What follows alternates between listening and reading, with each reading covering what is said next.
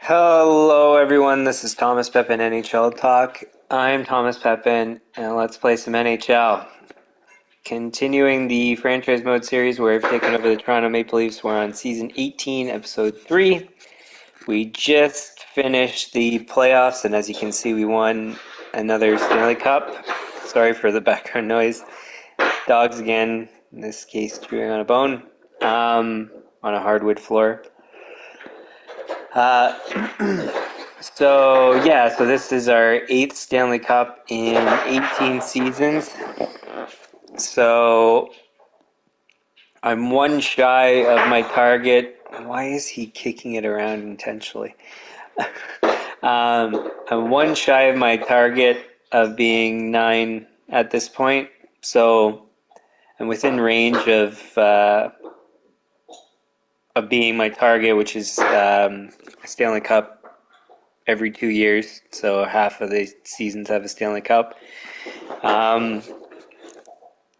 Pretty lofty goal, but might as well aim for that.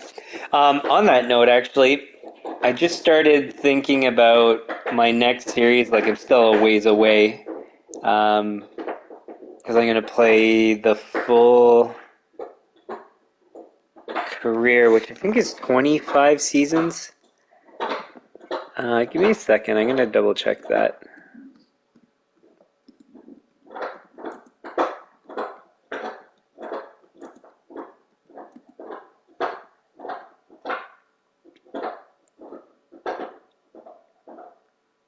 Yeah, 25 years. I'm pretty sure. So anyways, yeah, I still got a long ways to go to finish this career, because that's 7 more seasons.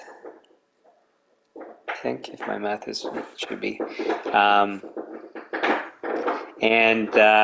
Anyways, so yeah, the next one I've already, because somebody asked for it, and I don't know if they are still tuning in, but they asked for me to do an expansion franchise, and I think that actually makes the most sense anyways.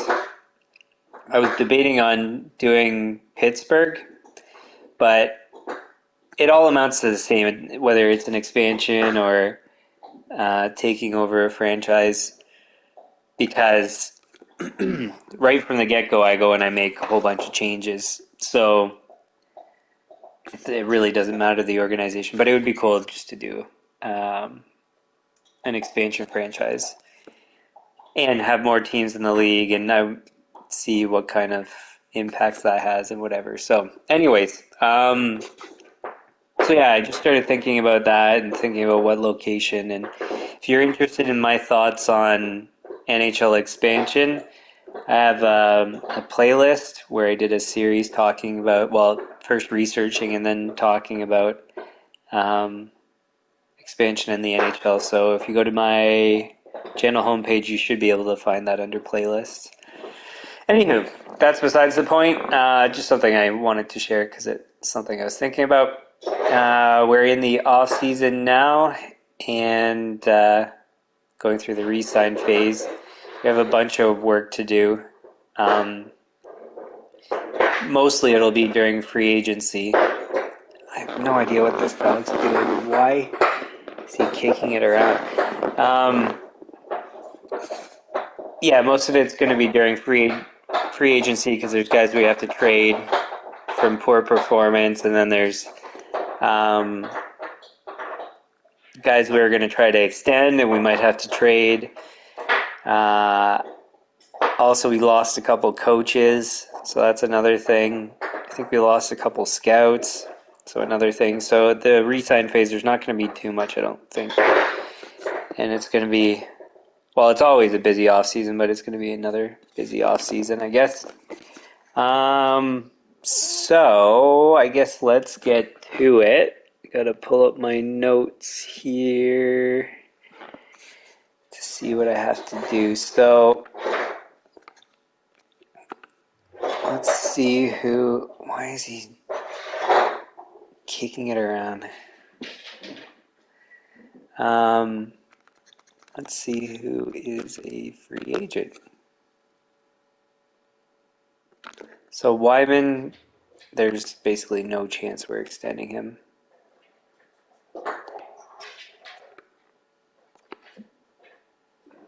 Oh, now he wants to chew it right on me. At least it's not on the hardwood floor. He's asking for 14 whatever million. So, I mean, it was already obvious that we weren't going to re-sign him, but Pelletier. So he has all of the characteristics we want. Oh, but he's going to want a one-way contract. Oh, yeah, there's absolutely no choice. Or no chance, I mean, sorry. We have no choice but to release him.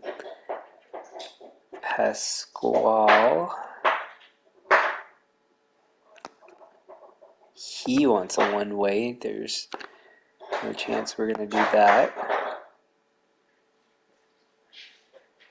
Dog, you're getting annoying. Why are you kicking it around?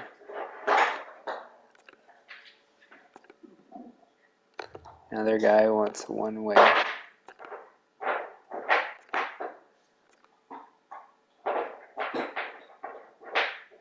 He will do a two-way. I think him we got for free on a waiver claim, if I'm not mistaken. He's got absolutely all the characteristics we're looking for. He didn't play well when we called him up. I mean, didn't play poorly either. 3 points in 9 games on the fourth line's not bad. But yeah, he's got all the characteristics we're looking for. And yeah, so since he'll do it two-way, we will go for him.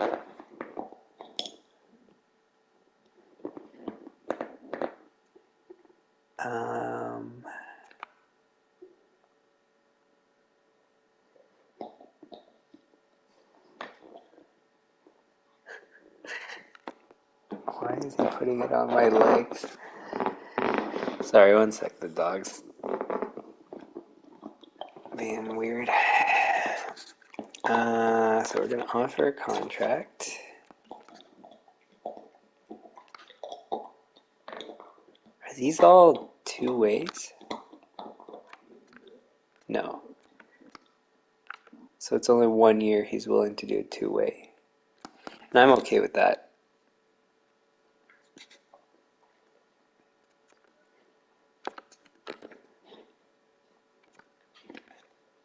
I should have checked. Yeah, so he did do well in the AHL. Anyways, he has, like I said, all the characteristics I'm looking for, so we would assign him even if he didn't do well. So him, no. Right, what are you asking for? 3 million? No chance. So we're going to qualify and trade. Then him, I'm assuming he's going to want one way. Actually, let's just look at something. Because there's the chance that if we do a longer term contract that he would go to two-way, but not in this case. So qualify again, and we'll trade. Cobello wants one way. Release. So at least we got one guy that we're able to keep. We still have a whole bunch of other guys that we already had. We'll weed through those.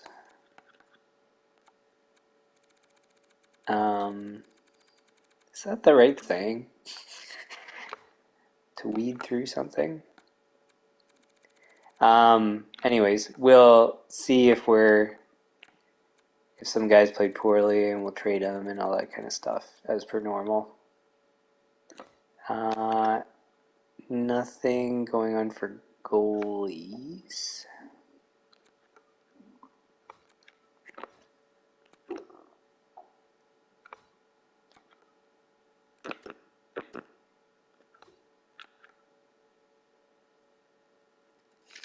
So that's all the work we have to do there. Coaches. I forget if any of them are expired because we had the 2 retiring guys. 4 years left, 3 years left, 1 year left. Man, what a stellar guy to have as our assistant coach. 4 years left, 7, 3. So nothing at least there. Another thing I was wondering about is if our staff chemistry was negatively impacting the team, and it appears as though it wasn't because we won a Stanley Cup, so it's not something I guess I have to worry about. So there must be somebody that we have to extend. Of course, we always just give them exactly what they want because we can afford it. It doesn't seem as though you ever have to worry about negotiating contracts.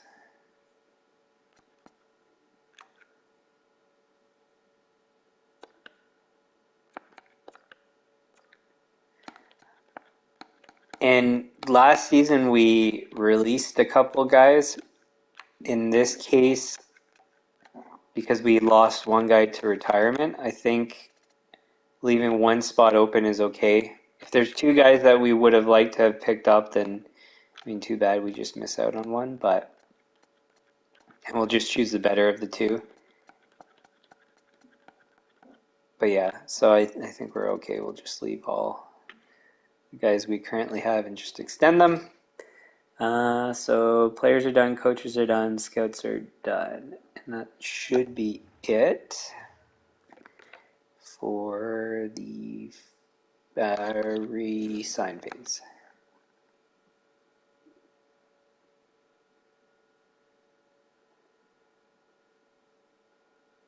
But you said I gave you exactly what you asked for.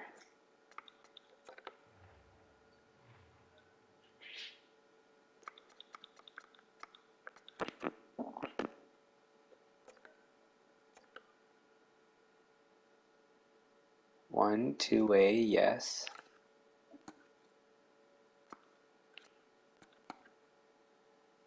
I'll offer the same thing again.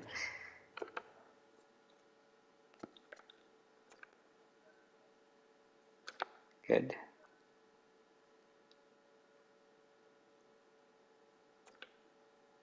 You'll be given a chance to play if you actually play well.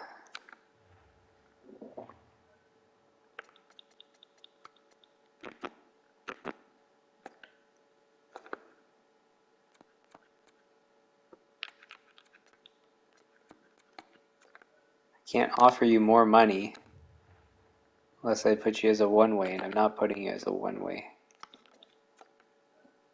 So those are the 2 scouts. I'm going to keep offering, and if you keep saying no, that's your own fault, and you can go play on a team and not get a Stanley Cup.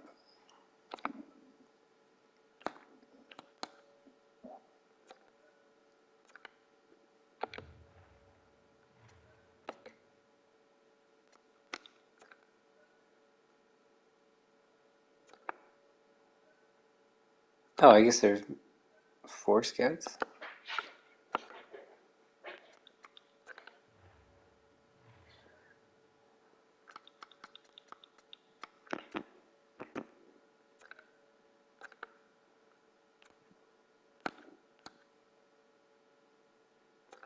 And the funny thing is that nobody's going to sign him for what he's asking for. He's going to be available in free agency. And then he's probably going to be willing to accept whatever our offer is. So I'm just not gonna bother again. Okay, I think that's it.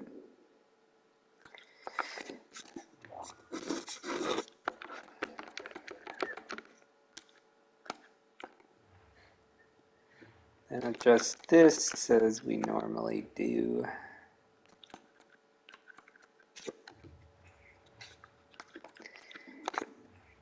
Maybe I could be doing the trade block better so that I get offered trades that I want, but I just don't feel like the game's ever going to offer me something I'm actually interested in.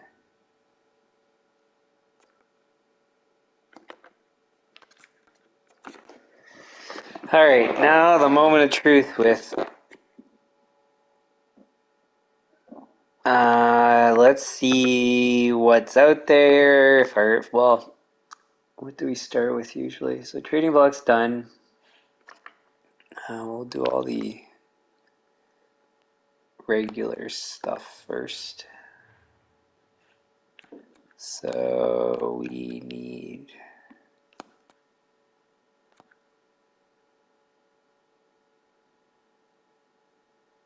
oh yeah, so we need to max this out just in case we need the money to sign people.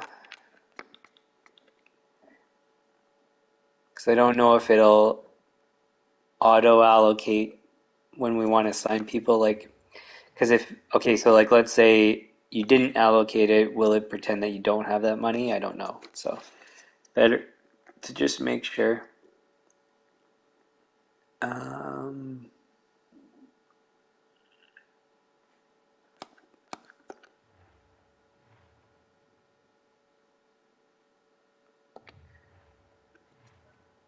Okay, next thing was hire and fire scouts.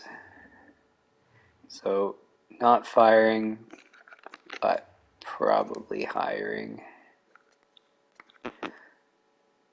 So fortunately, unfortunately, I don't know how you'd want to describe it, but there's two A guys available. Well, A minuses. Thankfully, they're not both A's, because if they were, then we'd be missing out on a rare commodity. Okay, so this guy's good at NLA, ICE. I think we have somebody for both of those. SHL and Allsvenskan. We have. Let's go have a look.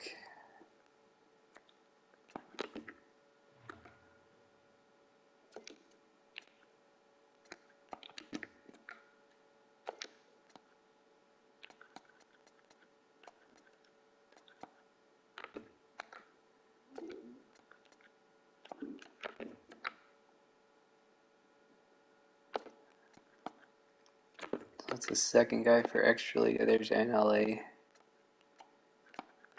Where was the other guy then? I could have sworn we had ICE. Maybe it's one of the guys that retired. In which case we might go with the guy that was better there.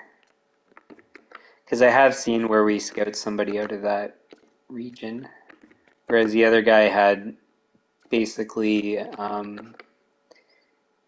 North American stuff, which is not all that important because we've got 20 million guys that can do it. There's Extra Liga. So we have two guys for Extra Liga.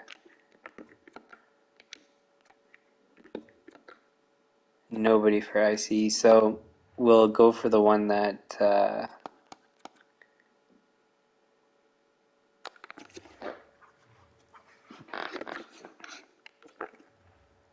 is better for that region. I think it was this guy. Oh, and I don't know if I was looking for NLA. But in any case, this guy does both, so. And it's unlikely that you're going to have both in the same drafts, and if you do, whatever. And then this guy, I mean, he's got the USA stuff, but it's basically just North America. Well, I mean, sorry, NHL and AHL, and he's not even that good at NHL, so it's I think a no-brainer here. Sweet. So that fills the one spot, and it's actually essentially exactly what we're looking for. Next up, we need... Hi, Marcus. Thanks for tuning in again. We need a goalie coach.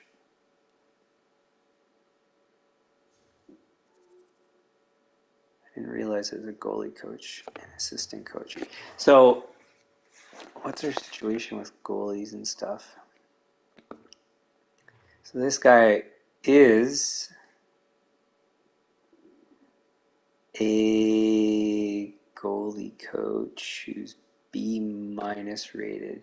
So we could pull him up.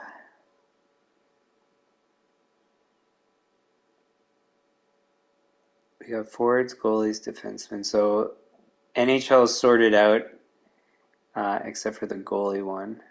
We could always just send this guy down to goalie coach if we find a better replacement as an associate coach. I don't know what exactly we would choose anyways. Maybe a replacement for the head coach, but typically we're going to take that from the AHL by his timings. Maybe we should get another forward coach for the AHL as a backup to the backup for head coach.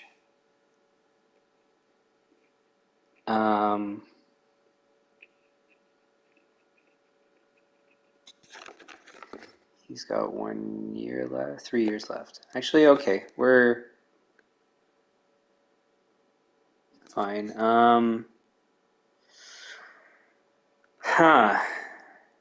What do we do? Well, I guess let's take a look at what the market has, and then we'll go from there.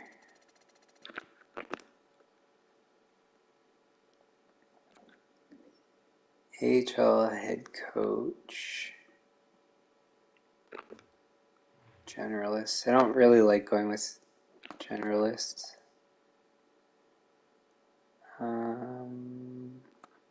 No.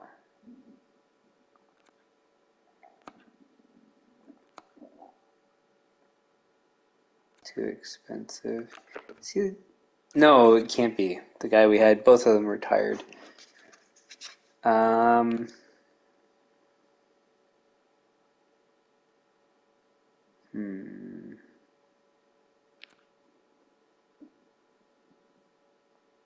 Man, it looks like slim pickings. Usually somebody would stand out by now. This guy's not bad, not ideal either.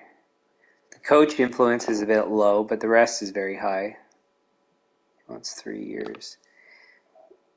He's a maybe 2.6 NHL head coach.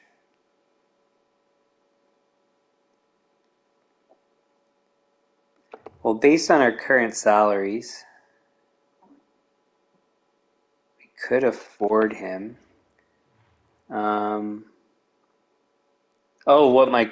Sorry, Cameron, I just saw that you're there. Thanks for tuning in. What my current roster looks like is what you're asking?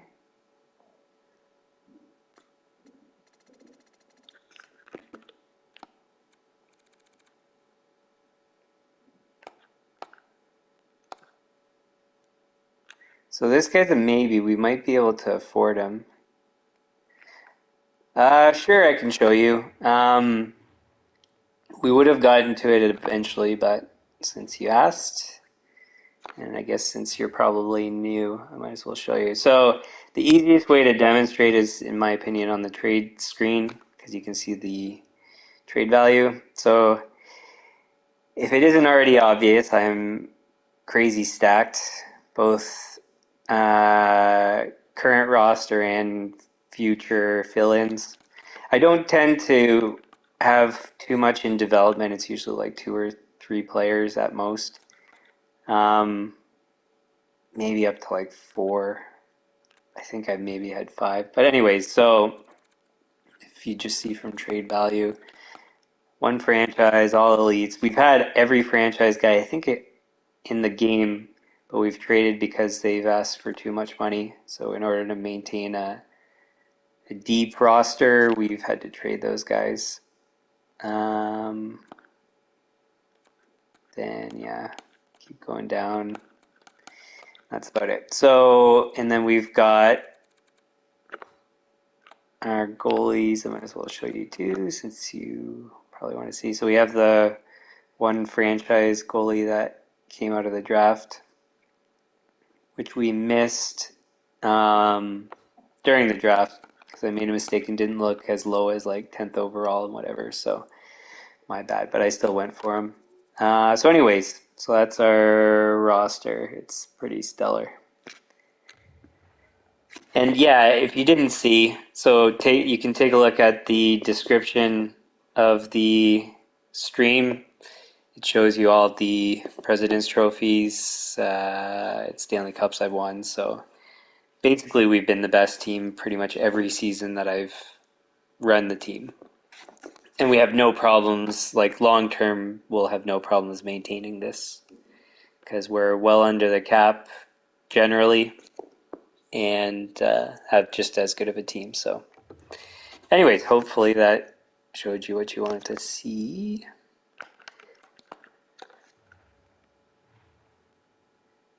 All right, so let's go back to looking at coaches.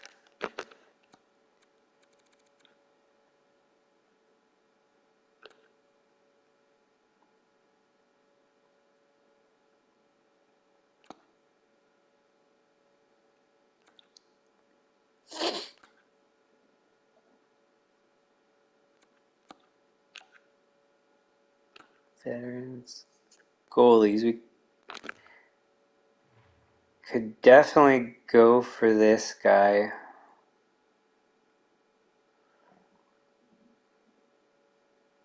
He's a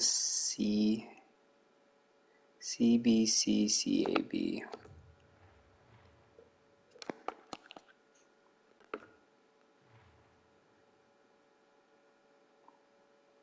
Okay, so this guy's better. So what I think I think this was already the plan. Call him up. We've got a guy that's actually not that bad, but the guy that I just looked at is better than this guy. So I would like to fire this guy and then replace him with the one that I just looked at, but I think, I think what we'll do is promote him, leave this guy a goalie coach, put the other guy as an assistant coach if he'll accept it. And then we need to get an associate coach, which will try to get a defensive one, maybe.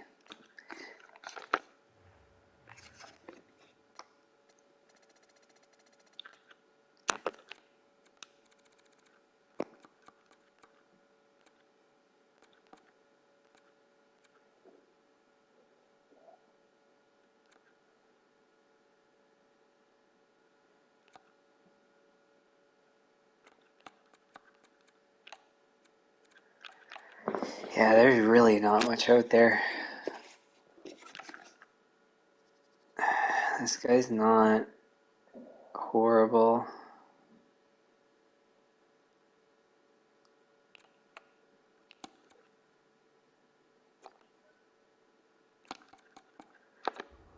Let's interview some of these guys and figure out what their stories are. So we want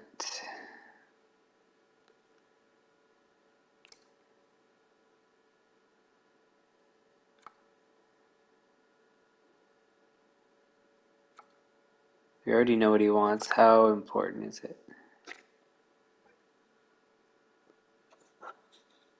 Okay, so he is willing to negotiate terms. So we want people signed for preferably the longest duration so that they develop with us.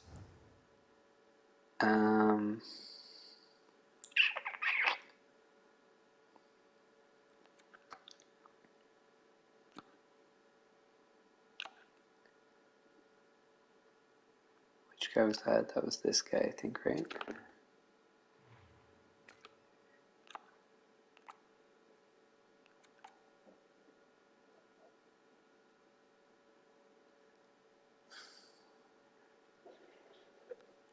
I don't. Well, oh no, this is that guy that has never signed with us before when we've tried to sign him. Well, let's just go through the motions anyways and figure out. Because again, its term is what we care about.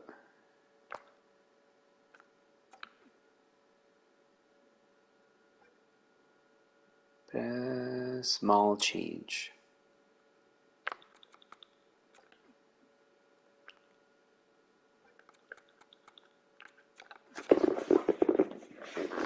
So both of them, it seems possible at least that we can get them. This guy is better than the other one. So this guy would be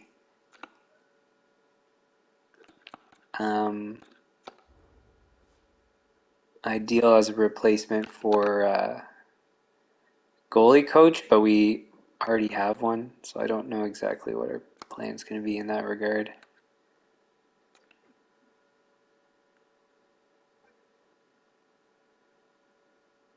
Small change in duration. So they've all said the same thing so far.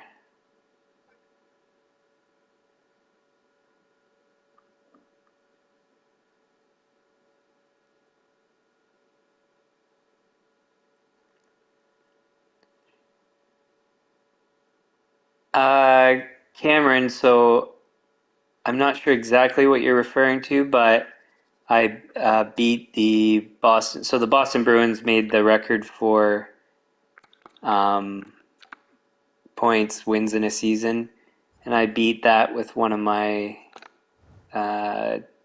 years of this simulation. So I don't know if that answers whatever you were mentioning there. So I had checked and I did beat it, if that's what you're asking. Where else am I looking? So that one I checked.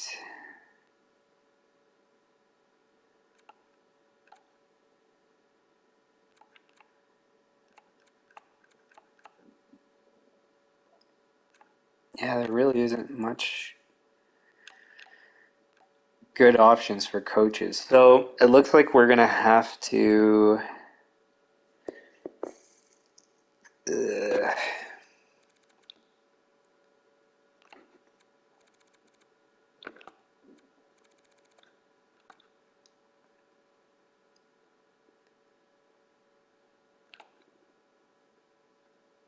Did I interview this guy? I don't think I did.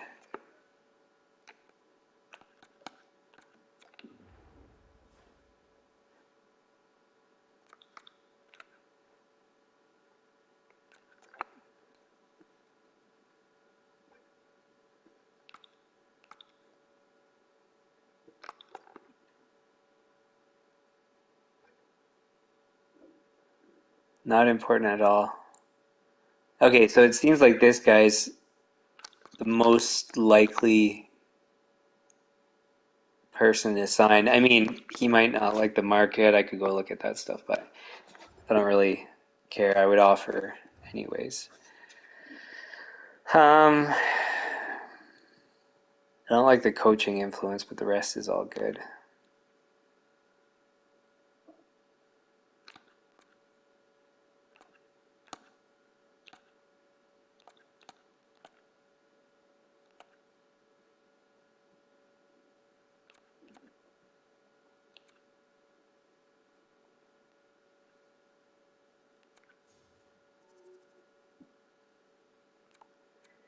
B minus versus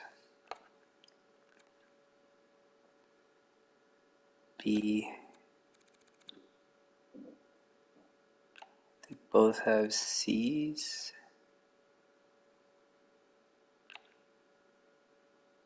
For coaching influence.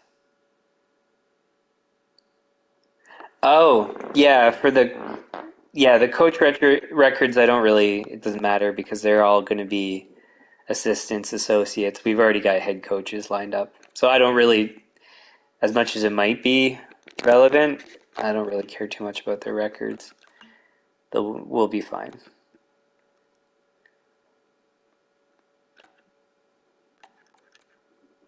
Um, hmm.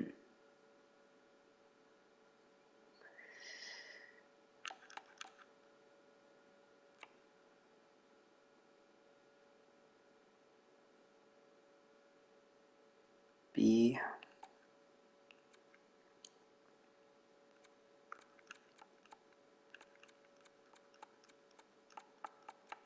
So it's either we get really deep with our goalie coaches or we pick up a defensive coach that's not ideal.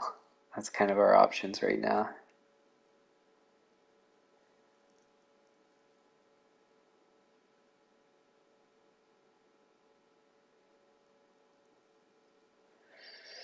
There's no forward coaches to even consider. Huh.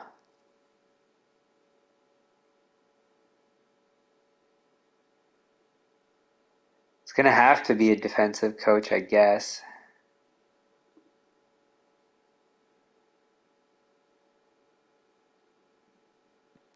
Yeah, I guess so. Okay, so then this guy moves up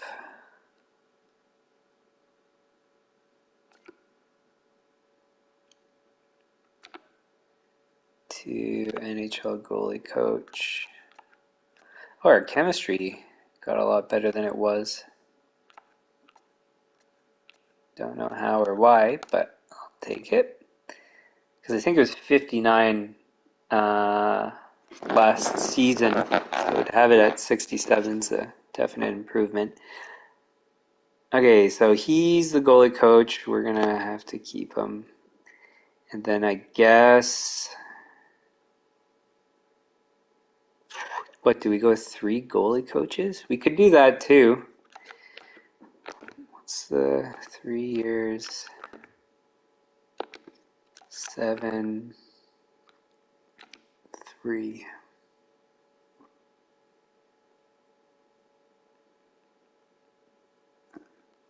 Huh.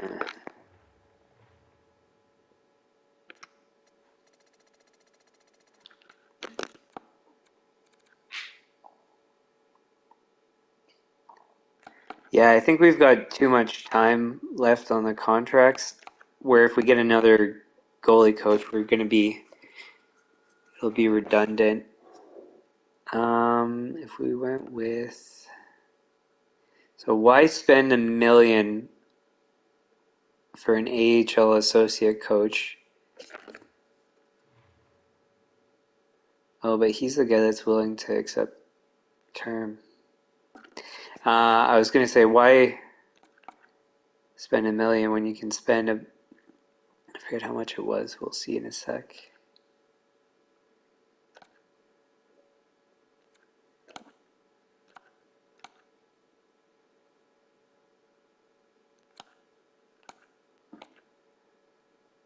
When you can spend $738,000 for basically the same thing.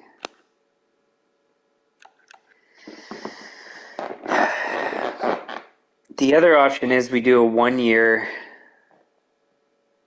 fill-in.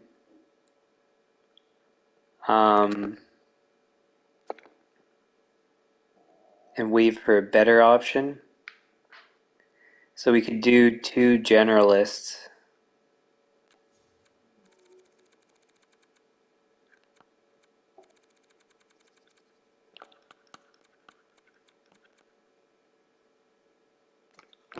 there anyone with?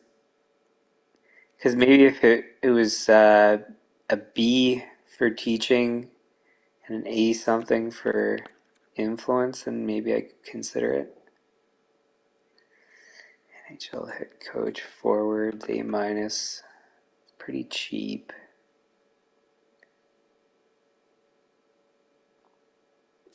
Four years.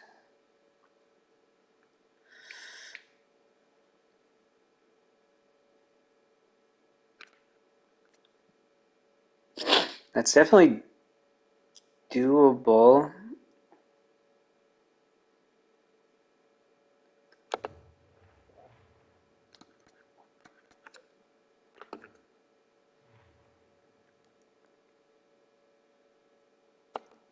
He's better though.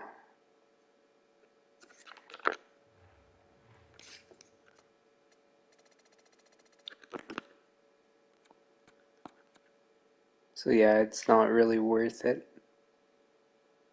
I mean, the other guy wasn't better. He was basically the same for nearly half the price, so what's the point? Generalist. No. Okay, so it's either we develop a defensive guy or we just do a bridge with some generalists. Because ideally, how old is our current goalie coach? 51. So he's probably not going to retire anytime soon. He's probably going to live out those 7 years. So really, we have a goalie coach who's locked up for. I mean, this doesn't really count because we can replace him with either a defensive or a forward coach. And I think moving forward, we're actually going to use a forward coach here rather than a goalie one. Because we always need to have a forward head coach, and it's better to have three in the pipeline for coaches as opposed to currently would be two, or maybe one plus two in the AHL, but it would be more ideal to have two in the NHL, one in the AHL. So anyways, so this guy, I guess it was a wrong call for one, it was a wrong call on the salary. I wasn't paying attention at the time. The original one, and then I couldn't offer him less, so I got stuck with it. But yeah, I think we'll let him walk next time. And it'll be two forward coaches, a defensive and a goalie. And then the AHL would be a forward, probably two defense and a goalie. Or we'll do a forward, a defense, and two goalies based on expiration of contracts. So then we can. So basically, our pipeline for assistant and goalie coaches are going to come from the AHL, and then our head coaches are going to come from associate NHL coach and the AHL head coach. I think that's a smarter strategy than what I had been doing. So if that's the case, then we need to have a goalie coach. This guy is not a good fill-in.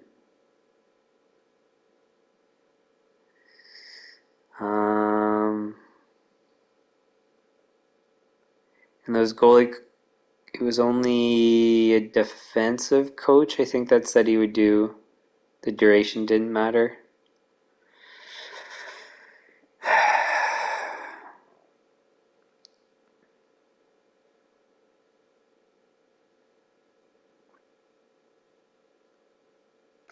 Well, I guess no matter what, as I always do, just offer the contracts. If they don't accept it, then you just go to your second best option from there. So that means then we can do a 7 year, because I think, is it 7 or 8 years? We can do 8 years. So we'll do an 8 year for goalie coach.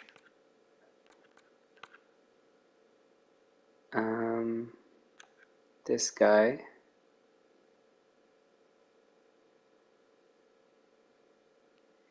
And then salary, we want this. So 760 is what we're going to offer.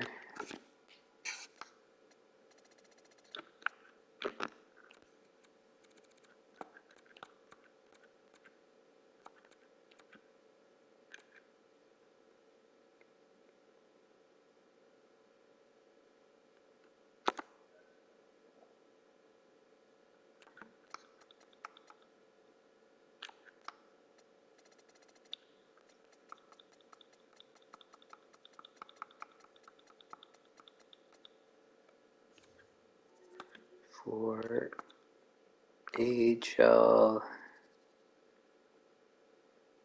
associate or assistant.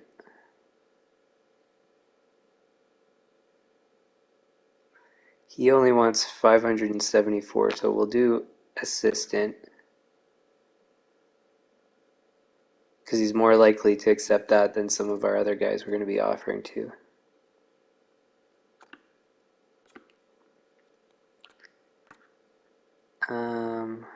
Oh.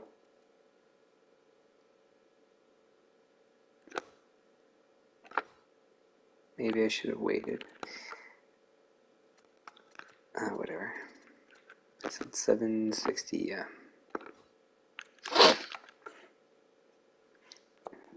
So, in all likelihood, this guy's not going to accept it. But we'll offer anyways.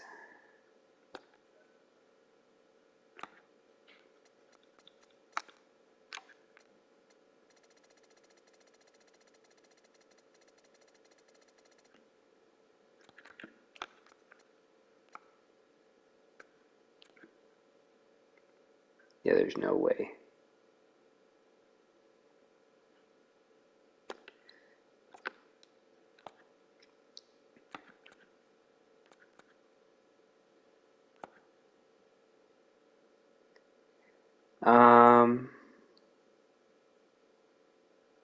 I don't know if we're going to have anybody. So if we had defensemen developing in the AHL, which at this point, we haven't done anything else, it doesn't seem like it's going to happen. But if we were, then maybe we would just do a 1 year for defensive coach.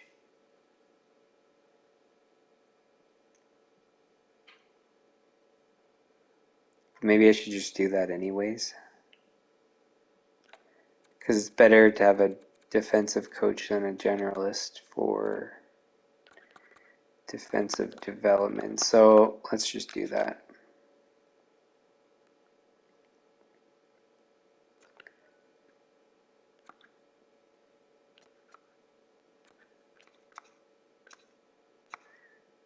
AHL associate at 760.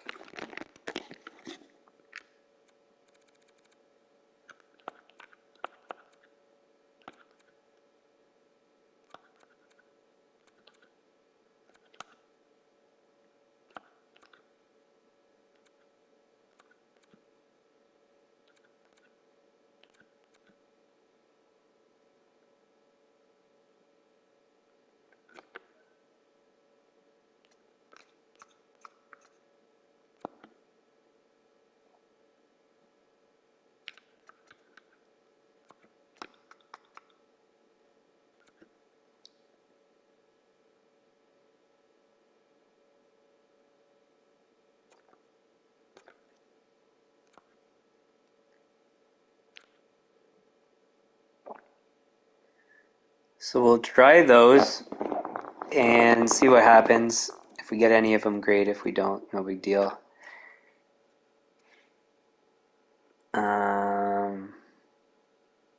yeah, we'll go from there. So at the very least, we have our NHL coaching set up, and I would argue set up very well. I mean, the goalie coach could be slightly better, but I'm perfectly happy with that. Because he'll develop into probably a E minus maybe coach, at the very least a B. So that's it for coach work. That took longer than I wanted, but at least I learned some stuff from that. Okay, and like came up with a better strategy. So we'll save, and then let's see about contract extensions. Because we might have some major moves to make. Alright, so Threlfall, he says he does want to negotiate an extension. 13 million. Which... so now we know 0.85 is the factor, I think you would call it, to multiply the salary by to get what they're willing to accept. I don't know what the math is of that. But my prediction is it's definitely affordable given value and performance of this guy. So let's just have a look. Times 0.85. 14,050. 14,050 times 0.85 is 1194. So I didn't want to have to spend as much as I did on our franchise guy, but I was willing to do it because of his performance and the fact that he's a franchise guy. But with other people, I didn't want to get that high. So 12 million, but basically anything under 12 million, so exactly like this, up to this, would be acceptable for like the other highest performing guys like Threlfall. So fingers crossed he'll accept this. I think he will. So let's just double check. 14,050, 11,94, rounded up as 9.5.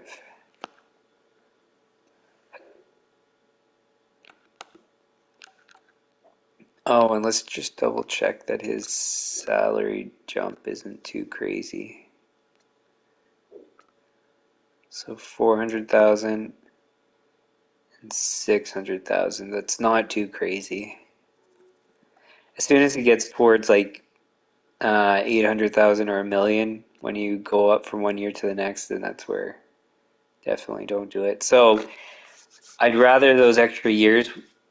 This brings him to 34, which is basically exactly when we would trade him. So actually, ideally, we'd have him locked up to 35 and trade him on 34. But this is close enough. So, and how many? So we have 7 more seasons of this. So this basically brings him to the end of our this franchise mode thing. So. Fingers crossed, because his value is very high, like his trade value, so he's, well, it indicates that he's good, and his performance has been good. Vorobiev, who played well with us, is not being reasonable. So we're trading Vorobiev. Taves, I'm interested to see. Because we did, I think, a 2-year extension before. God, he's asking for way too much. Look at that, 22 million when we get up to 8 years. But again, this 1-year thing, I'm okay with just extending a year if he keeps accepting reasonable contracts. So, because his performance is great, and we're definitely willing to spend the 11 whatever million. So for him, it's 13.075 times 0.85 is 11.11. So that's definitely within the range of his value. So we will definitely offer it. So 11.11, which we can't do, so we round up. Let's double check the math. 13.075 times 0.85. So that should be good. So we'll get another year out of him, hopefully.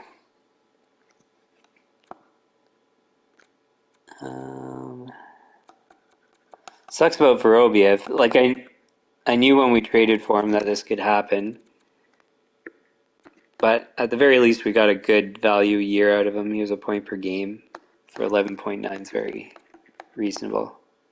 In 2040, if you think about inflation, it's already, it would be reasonable at this point in time. And then that's, what, 16 years in the future, and it's still reasonable? Like, I mean, it's still at the same salaries as what it would be now. Clearly, I'm finding good deals, so. Just out of interest. So this guy that's played like garbage for us in the couple of years that he's played is asking for like 15 million. So he's a very clear trade. I forgot about this guy, that he was up for an extension. 13 million for a defenseman that's been like 10 points in a season. 0% chance. Even though he's an elite 85 overall guy, no chance. So he's gone too. So we've got three guys we're trading. Ortiz we're trading nearly for sure. Let's just double check what's his stats. That's pretty close to last season. So he's been consistent, I would argue, but consistently below expectations. So Ortiz is, if not certainly gone, almost certainly gone. Bachman, what's your story?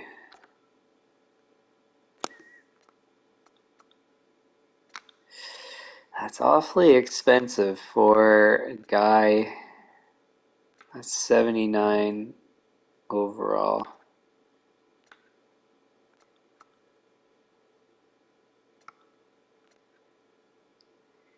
$6.825. What's that? If we do the math, 6.825, 5.8-ish. It's not bad for a 21-year-old, top four potential. His performance has been mediocre. So we'll keep him if we've got no other options. We'll get rid of him if we have better alternatives. So we'll have to go and look at that. So that's it for those guys.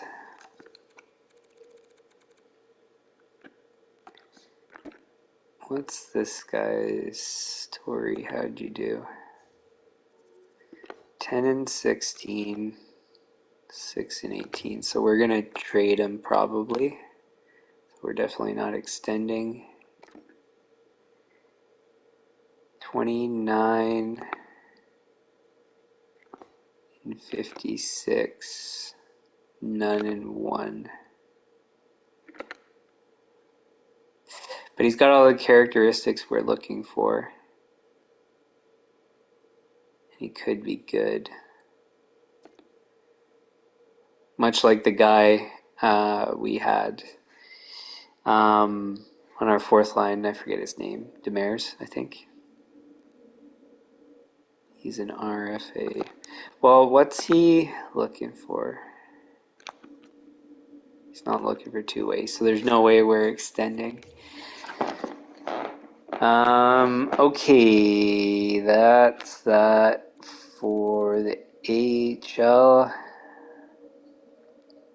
We have to trade Wright and Vernarski.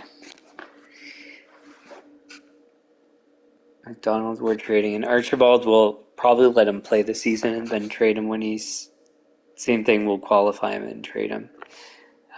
Goalies, nothing from these guys needs to be done. But yeah, Gosselin. I wonder what he is looking for. What? Under $1 million for 1 year. What's he asking for as we move forward? 2, 2.5, 2.7, 3. Huh. So we could have an elite goalie locked up for 8 years at under $3 million. What's the cap hit exactly? 2.55.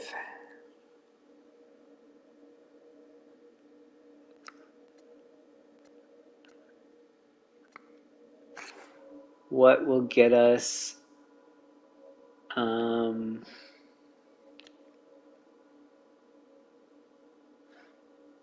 under 2 million? 2.55.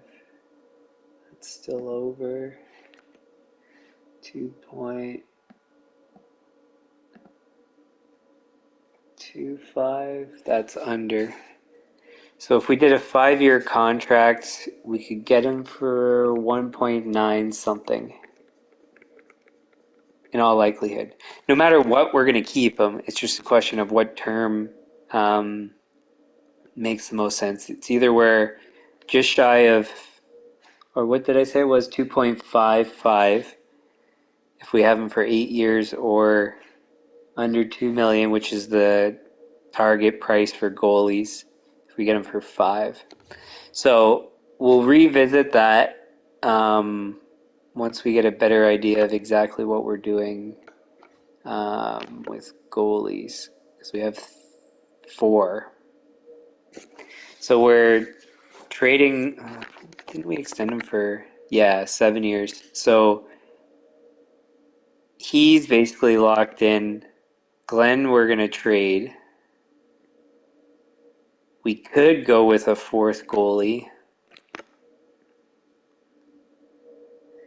And the reason we could go with a 4th goalie is because, so we're going to have 3 up in the NHL, 1 down in the AHL, and the biggest reason why we would consider that is because Mikhanov, in all likelihood, is going to ask for something stupid for his contract extension, because he's a franchise goalie. So, and we're not going to spend any different than what I was showing for Gosselin there. So if he was, like, let's say Mikhanov would go for $3 million, then yeah, obviously we'd sign him. But anything more than that, even if he's a franchise goalie, there's no chance, because it's been proven you can win without a good goalie. As long as you have good enough goaltending, you're fine. So that's kind of our lay of the land for for those guys.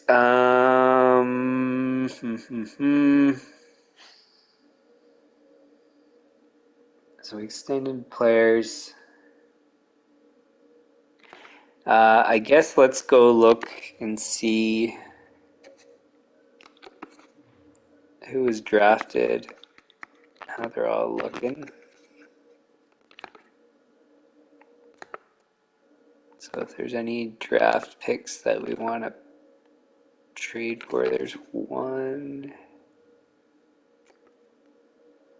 77 points in 66 games. It's not that great. He was 1st overall.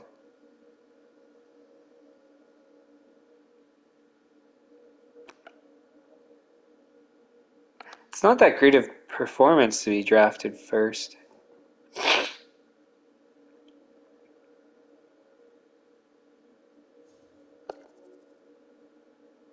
But he's 81 overall, so he's a junior player, so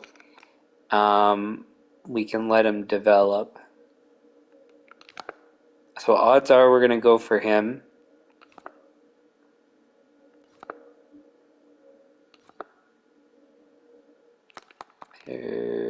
He's not another guy. So he's a guy we could have gotten before, maybe should have gotten. How'd he do? Whoa, way too many penalty minutes. So I'm glad we didn't. Does he have that track record? No, he didn't even have that track record before. So we lucked out not picking him up.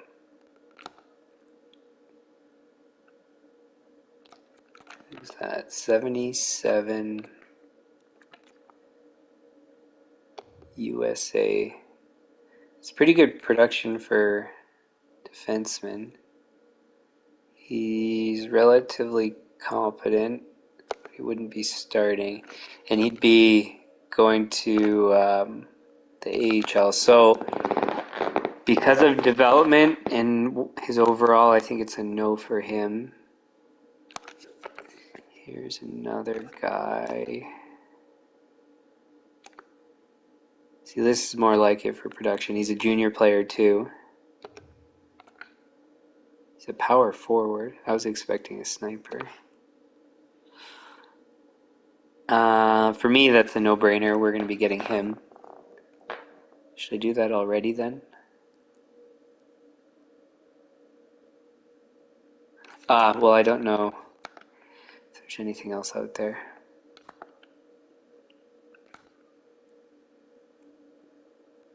I don't think there will be. To that degree.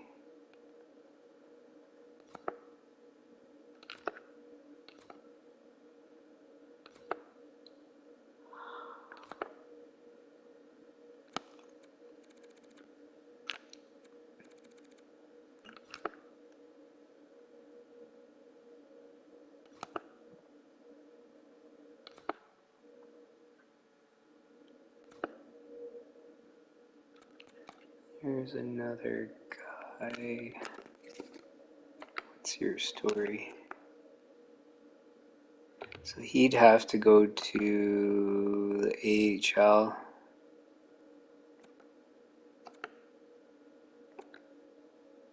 I mean, decent production, 79. It's just, if they're only doing 1 year of development in the AHL, then you want them to be 80 or above, in my opinion.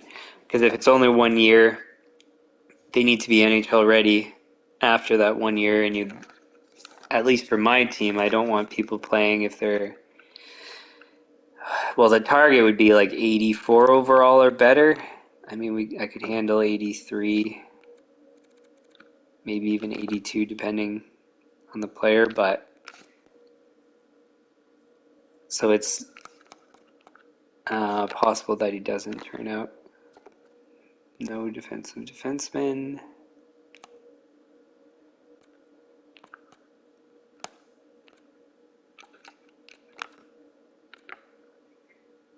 Nice. We need a D. Where's he from? So ideally, we'd be sending him to the AHL, but he's good enough overall where he could play in the NHL. So pretty much guaranteed we're going to be getting him, and now since we're at the end of the alphabet, we could go for him right away. But he's going to be definitely our first pick that we're trading for. What was he drafted? 5th.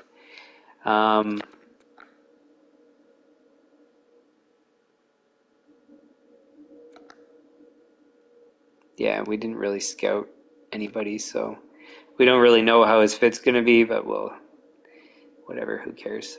We'll figure it out, and if we have to trade him after, then big deal. So pretty sure Winnipeg's not going to have anything. It's going to make us change our mind. We should still go through goalies just to be sure.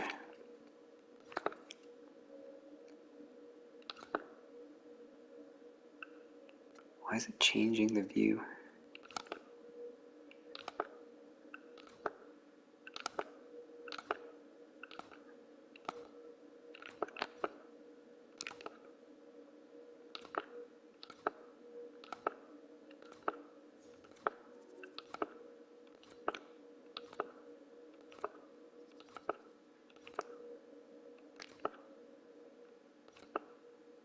Who's that?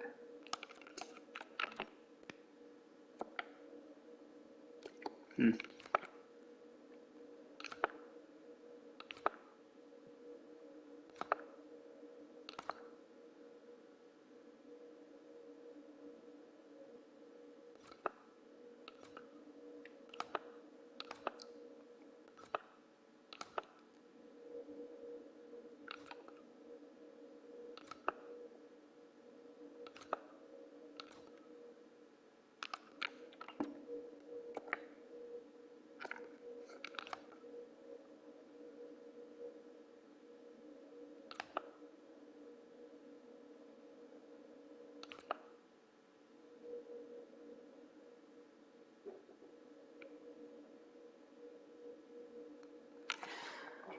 Okay, so no goalies, which means immediately we are going for that defenseman. Who's this guy? Yeah.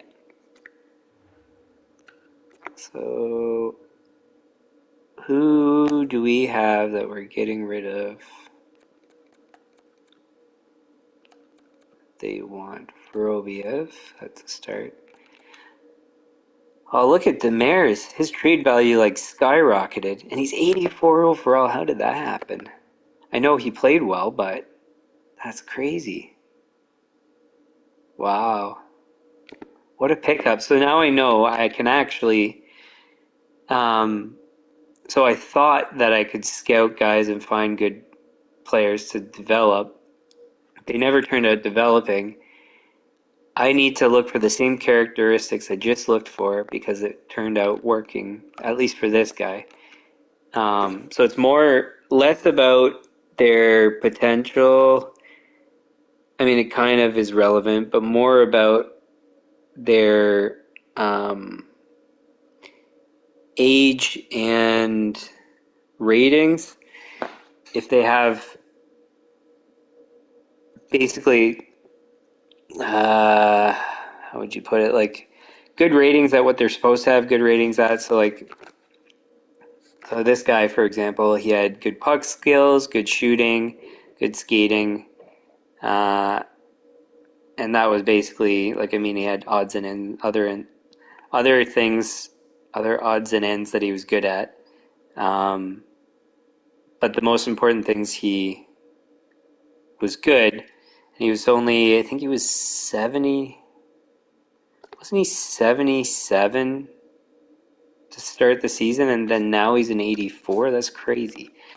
At the very highest, it was 79, but still to go up from 79 to 84 on essentially a league minimum salary, and then the trade value to basically 10 times, I think, is probably the amount. Anywho, so I'm going to try the same strategy this off season, which will take time, but it'll be time well spent. Let's try 1-for-1. No.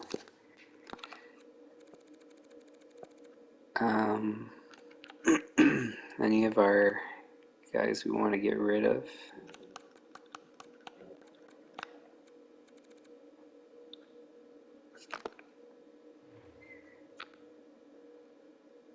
He keeps producing at like just below what we want him to produce at, and it's tempting to get rid of him, but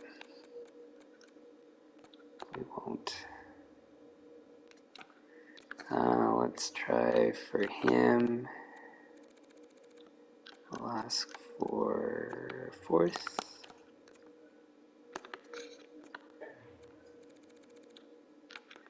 This.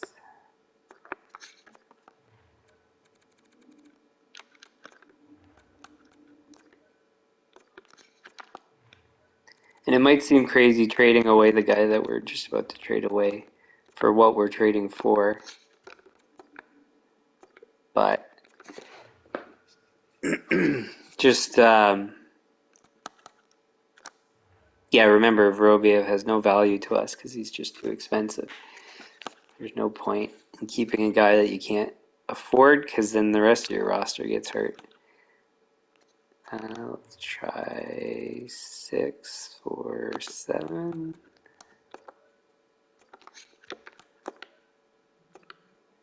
No.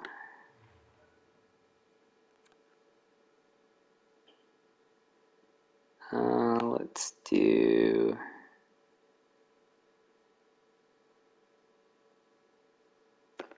2.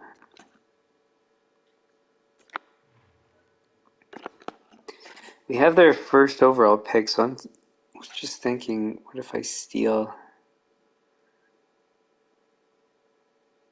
good players that they have to try to hurt the team?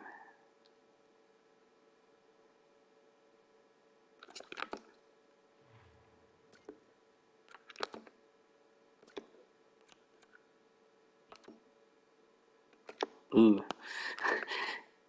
I would be hurting the team if the players didn't play well. Ooh, this guy plays well. His trade value is pretty low. Cap hit's kind of high. But we'll trade him away right away after. It's because we're giving them a guy that's going to produce, and we don't want to. If we're going to keep their draft pick, we don't want to make them strong. Yeah, so we are going to keep that first. So we will do this. And then let's see if we can get more back.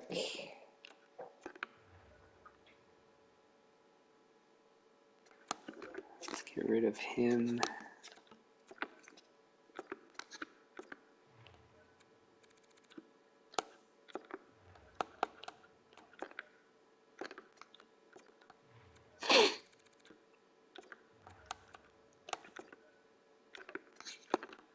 Oops. So they're obviously not going to accept most of these, but again, have to go through the motions to make sure you don't get screwed.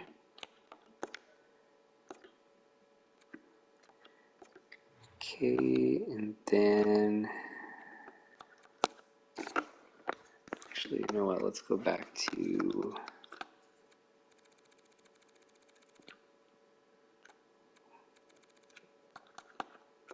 right.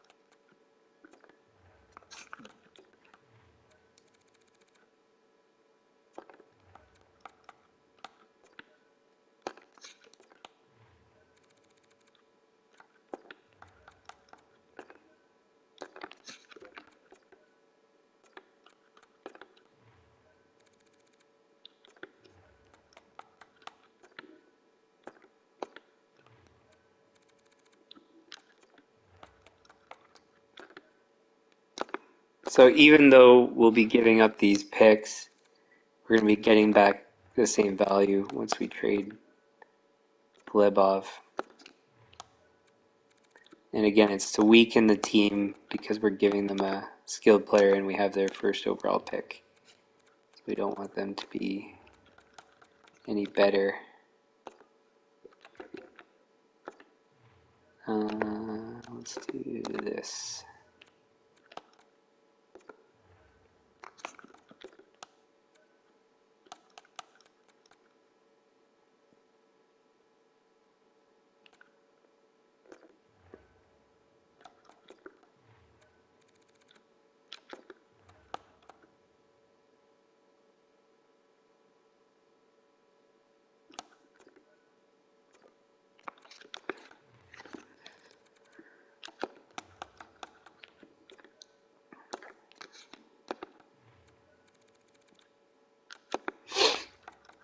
We're probably still going to have to give up a lot more, but again, like I said, go through the motions because we always get screwed.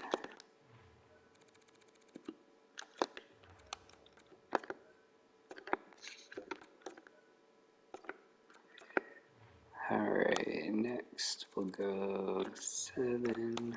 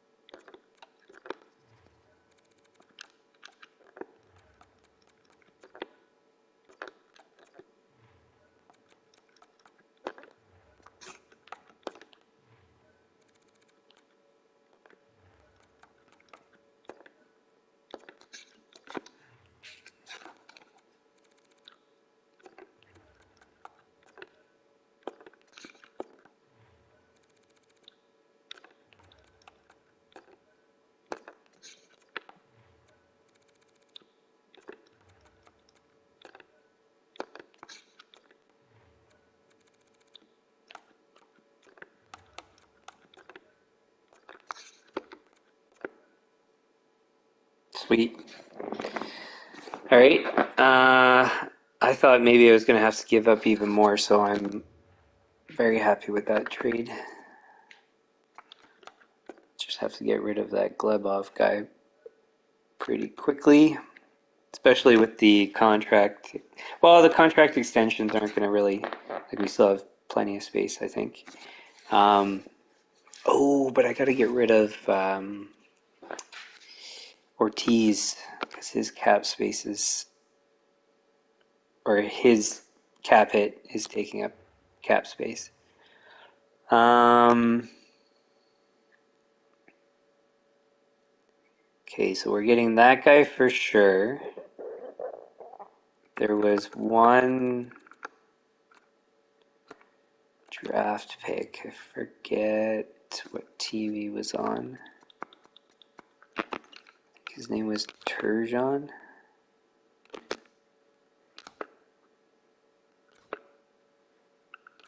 Somewhere in the middle here. Might have went too far.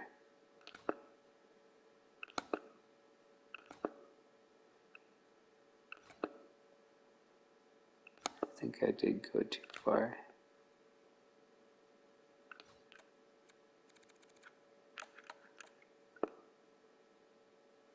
There he is.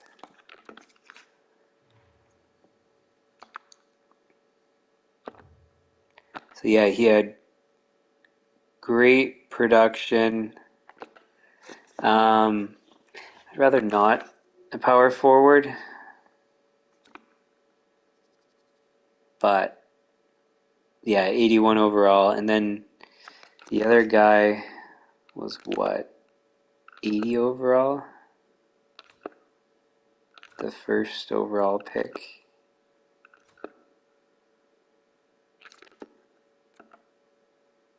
Oh no, he was 81 as well. So we'll get him too, but Um, Florida, was it? Yeah, this guy's the priority. Okay, who do you want that we are getting rid of?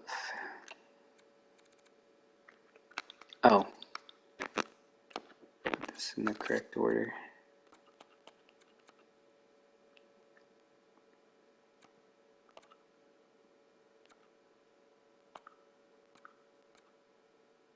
Mayors.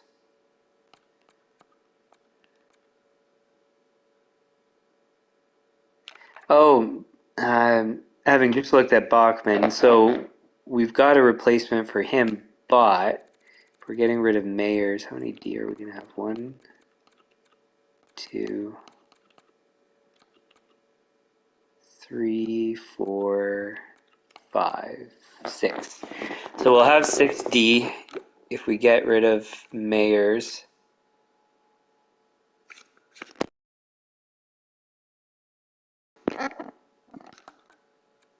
Um, if we're going to play that Nemechek guy, but I don't want to have to.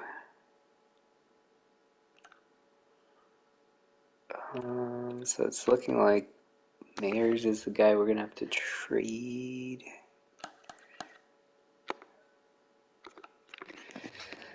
We're going to have to do another package.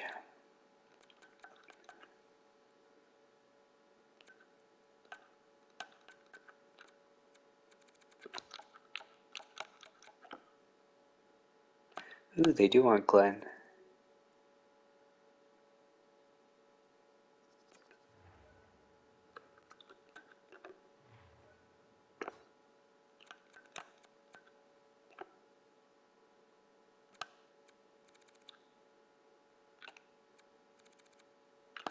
I forget who, I think it was LA actually, come to think of it. Who our second first overall pick is.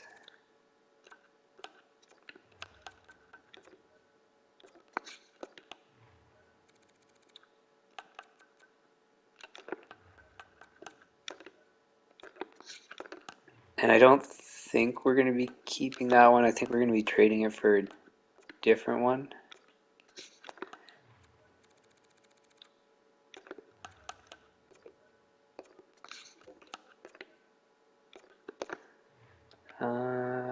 Let's see if we can do this with just miscellaneous without having to go into anything of significance. Right.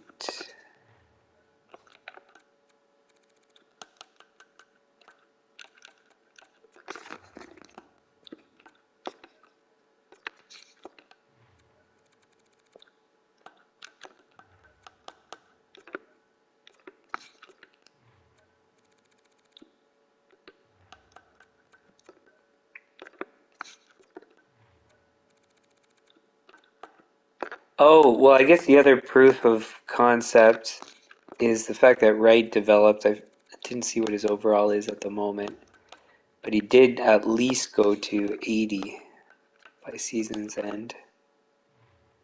Yeah. So, um,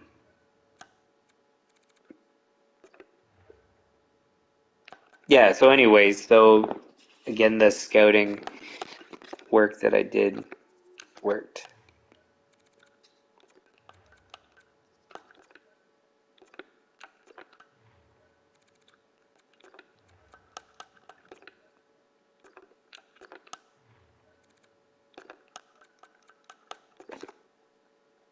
Sweet. That is way less than I was expecting. Um, yeah, that was all just garbage stuff. So where does that other guy sit? So I'll go. Um,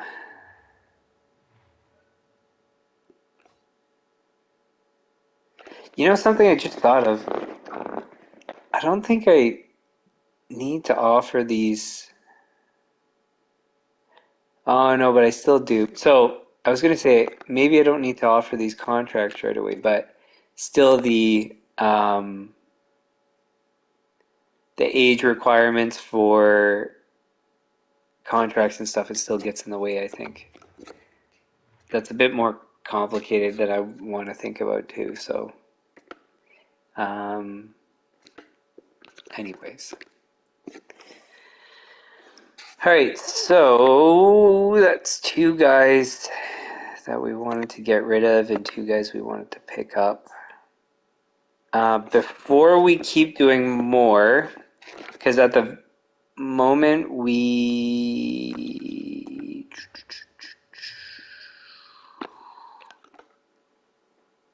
let's see where we sit. So we got one, two. So we'll just assume that we're able to extend Taves and Throwfall.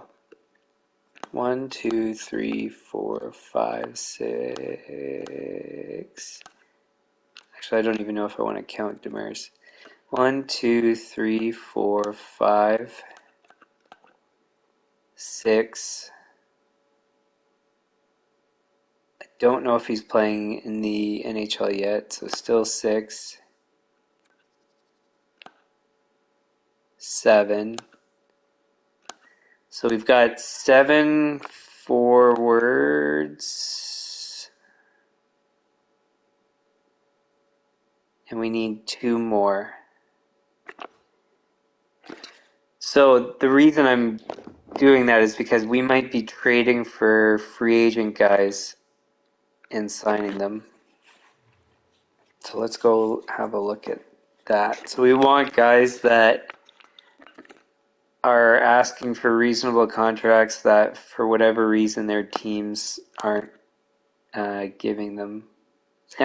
See, here's a guy that we got rid of. He's asking for 14 million. Ridiculous. Okay, and then we're looking for young guys, 24-ish and under, basically. Production's okay. He's got a lot of good things. Very good defensive face-offs. He's probably dramatically better than he's done.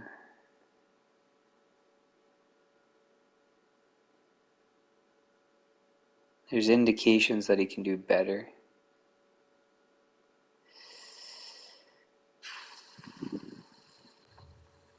Because, man, this guy would be great for a penalty kill. And he's good at, like, everything else.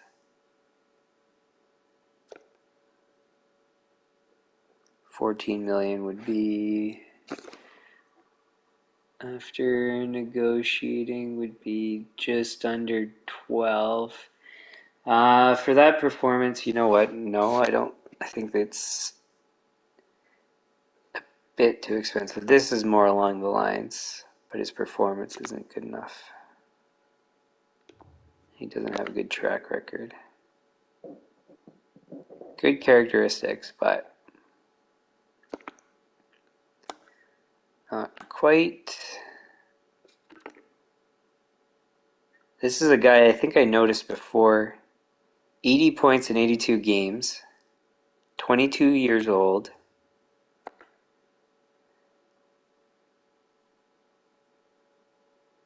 Only 22. He's got 86 poise at that age, is pretty high. Strength is unfortunately a bit low. But I like everything else. And then 13.45. What is he, a sniper? I'm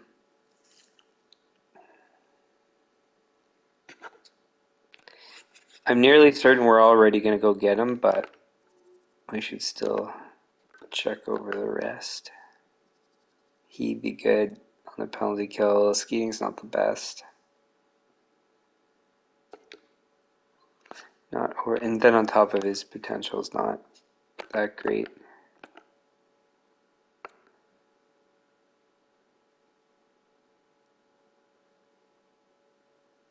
Not bad. It's only 21. Not the best of track record. His cap hit's going to be pretty good. He's not a no, but he's not a definite yes. Ooh, this is a guy we were thinking about, and he's quite reasonable. 44 goals, 76 points is not quite high, but the goals indicates that he's got a lot in him. The penalty, or yeah, his penalty minutes is a bit high, so I would just cross my fingers he doesn't do that with us. And if he does, we'll just get rid of him, I guess. And he's 21, so he's pretty much a definite yes too. Because they'll both be 11 million something. So he's Winnipeg. Leighton is Columbus. This guy's inexpensive. Penalty minutes are high. Production's not very good.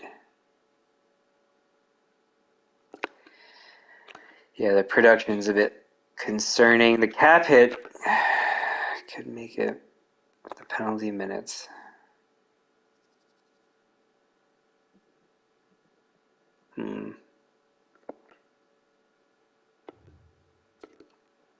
Again, he's an option, but he would be depth if we went for him.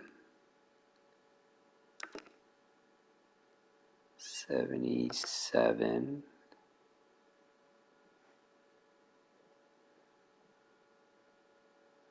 Looks pretty good. Good goals. Not a lot of X factors, though. So just for me, I don't... Oh, he's too expensive. I should have looked at that first. I was looking at the age. And then if it gets below 85, it seems unlikely. So this guy looks good, but again, only one X factor.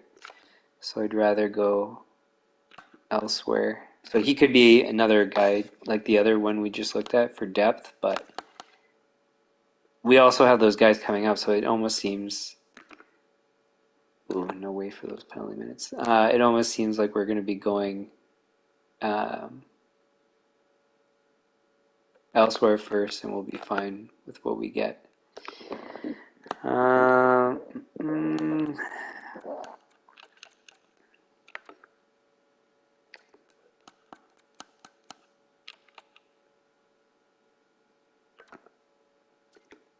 101 penalty minutes. Who's this?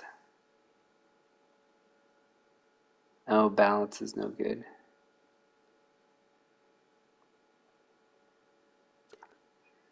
No. Yeah, too expensive too.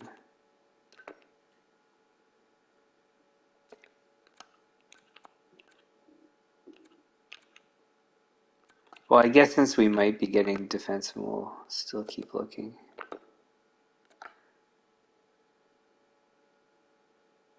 This is pretty good. 62 points. 22. Poise is a bit low. Lots of X Factor stuff, though.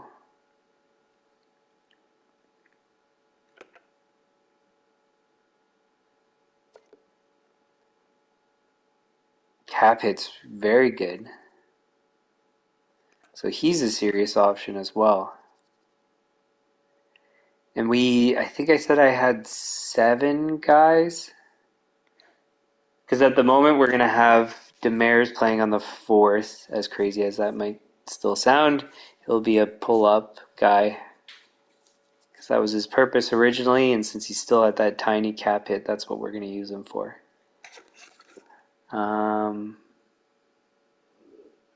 Anyways.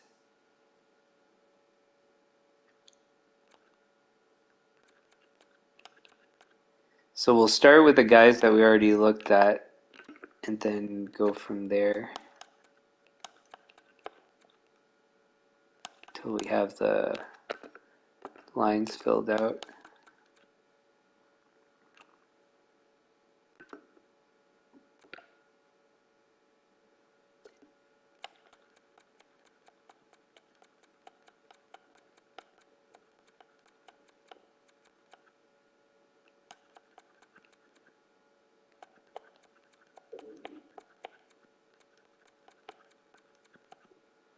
have to go back and take a look at defense specifically.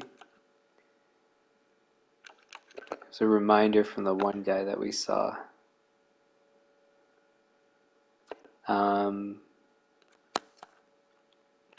That we need to figure that out too. But it's not priority quite yet. Okay, so it was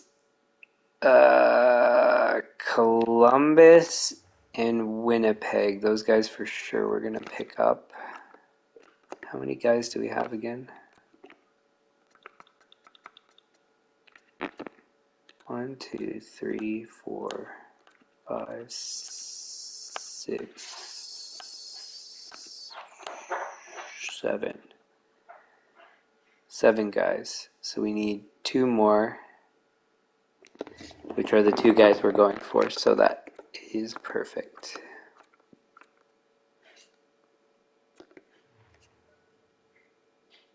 So Leighton and low trade value, which is kind of surprising.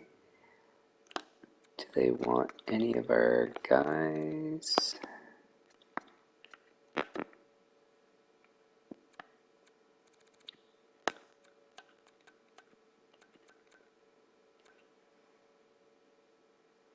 I was going to say I think Bachman is expendable, but his cap hit's low too.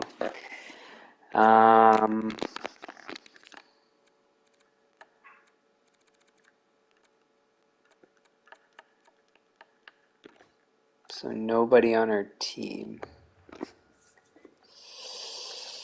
What can we trade for then?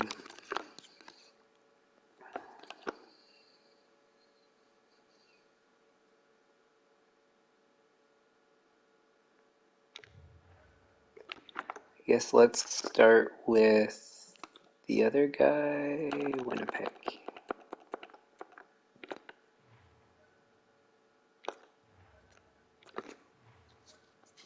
There we go. So we can use Ortiz and then maybe get assets back.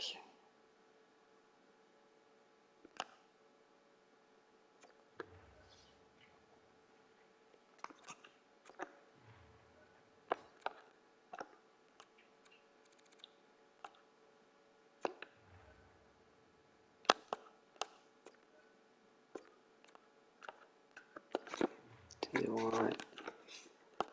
Because if we can package guys we want to get rid of. So Cam Beats, we could keep because he's 19 and he's at the 82, but I don't know.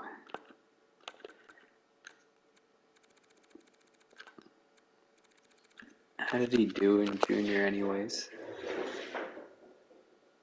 So.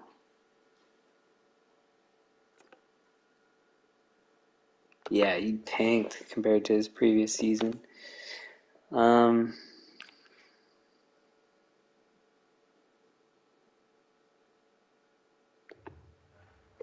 Let's start with this.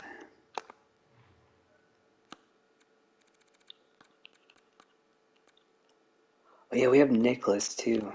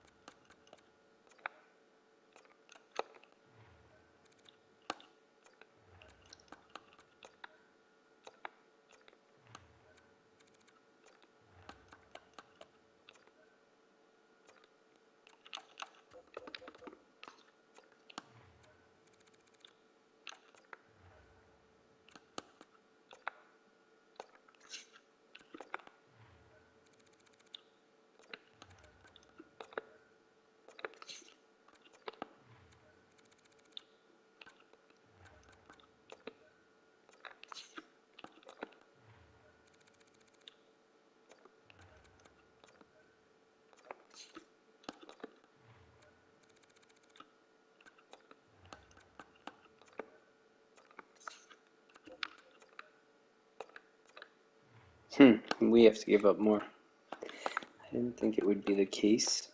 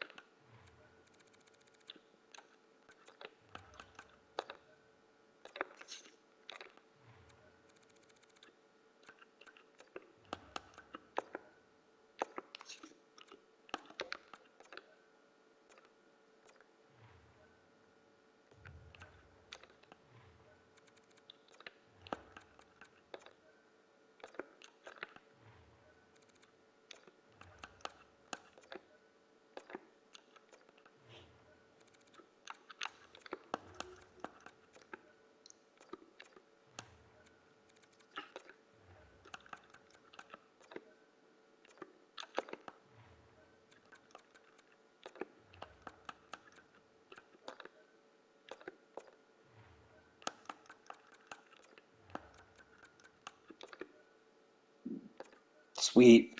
All we had to do was give up miscellaneous stuff. We got him. Cool. So let's go save that. And then we'll do his negotiation.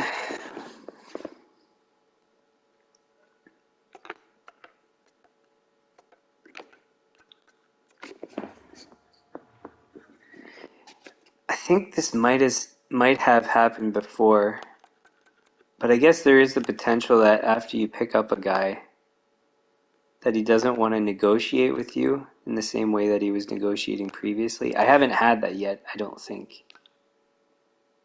His expectations go down when you go further? I'll take it. And the leaps aren't that crazy. Alright, let's do the math. So it is 12.925. 12.925 times 0.85 is 10.98. Below 11 million is quite good for this guy.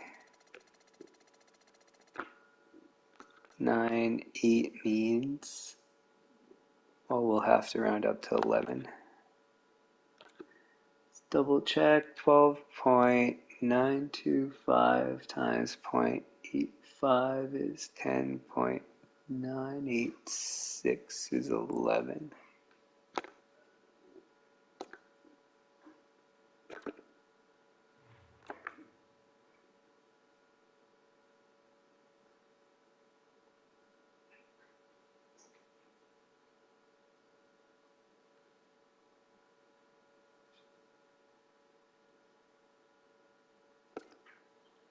All right.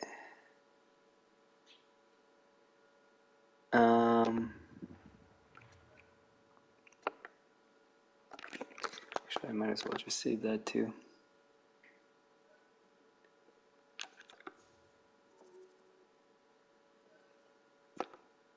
And unfortunately, what we didn't do was trade away those guys that we were trying to get extra assets for. We actually got rid of all of our extra assets. So, let's consider defensemen briefly. First from free agency and then from, oh, whoops, wrong screen. First from free agency and then from trades. Because then we might be able to package things and get more stuff that we can negotiate with.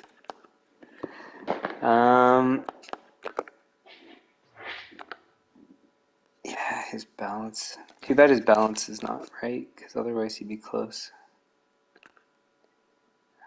These guys are all far too expensive.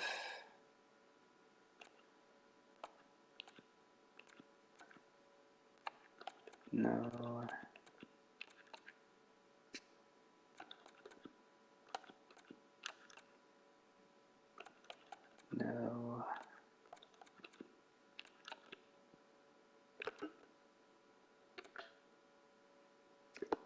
Strength is no good.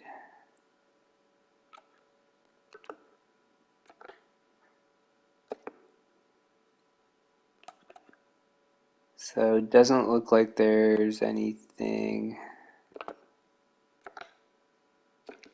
Let's just make sure there's no 79s that are good.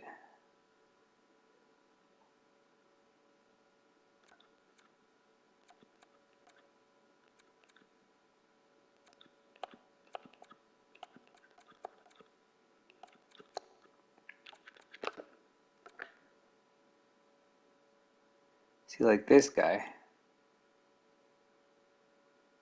is quite good for 79, 22 years old. He's got everything we're looking for.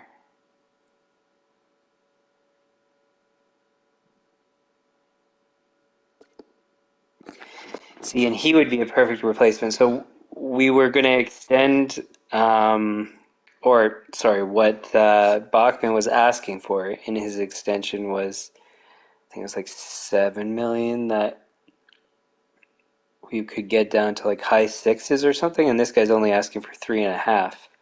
So for me, it's like this guy's a no-brainer to replace him. Who's he with? Nashville. Coltonen from Nashville. I'll still go down through these guys just in case.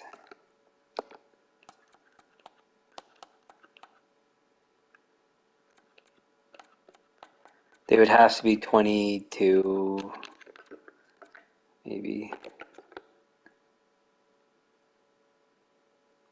No, balance is no good. Yeah, 22, 23, 21 for me to consider. That's 78. So, okay, so then we know we're going for that Nashville guy. He was Kultinen.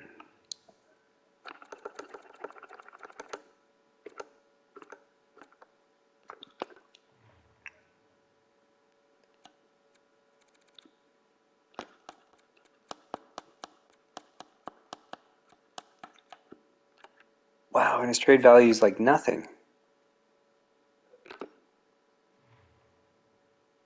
Top 6D potential, but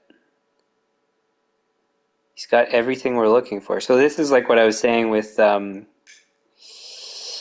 Demers.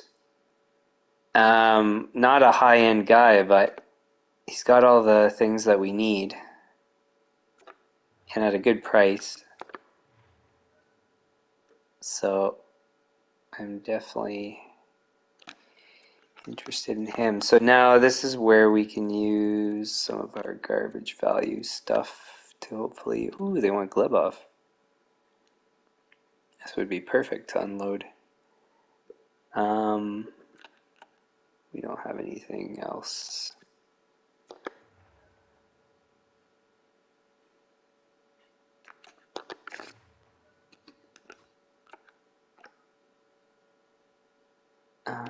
What kind of stuff can we get back?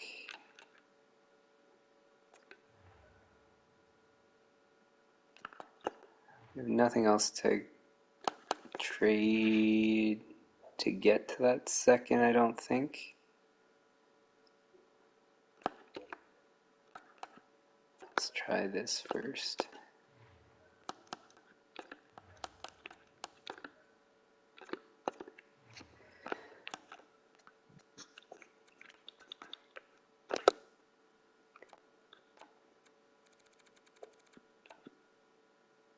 Vernaski they don't want.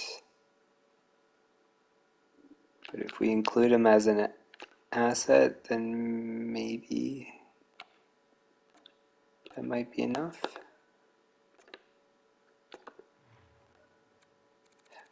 Anything else?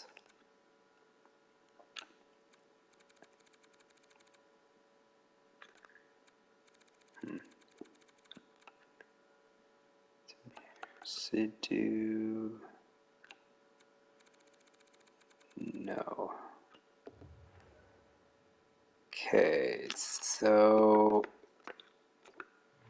I don't think we'll get a second. Let's go for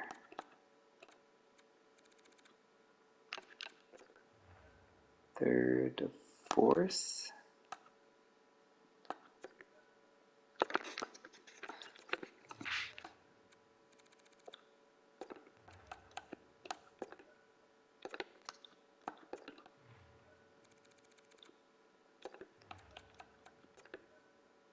Sweet. That was way less for that kind of player. The value we got was just crazy. And it was a throwaway asset we were getting rid of anyway, so we'll extend him now too. I don't know what he would have wanted. Oh, maybe should have checked that before I traded for him, but because I didn't see what his term expectations were. That's main roster. We want this Coltonen. That was 3 years.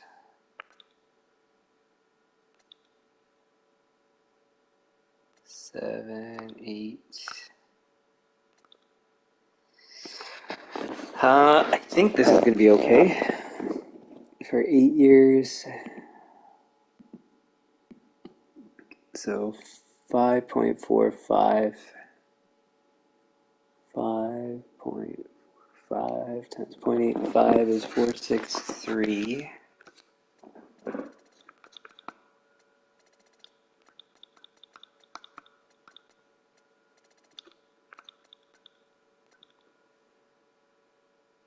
Five, 4, 5.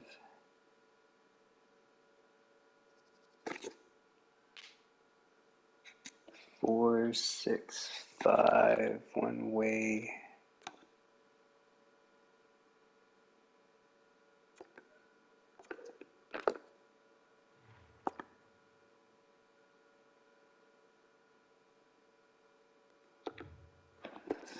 Yeah, maybe a bit of a gamble to offer him that.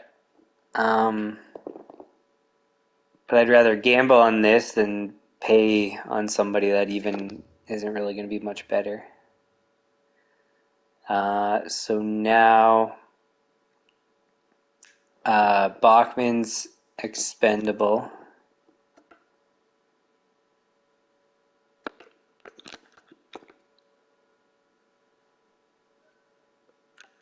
I think.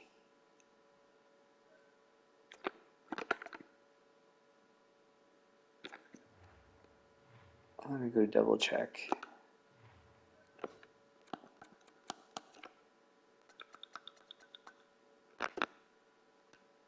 One, 2, 3, 4, 5, 6, 7. So yes, if we play Nemechek in the NHL, but no, if we put him to the AHL, which is actually going to be a smarter idea. So we still would like to get a replacement for Bachman, so we need one more D.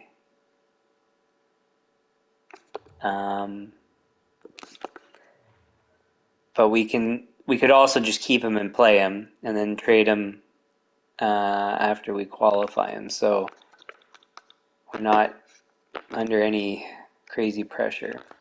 Let's go through current contracts out there to see if there's anybody we like.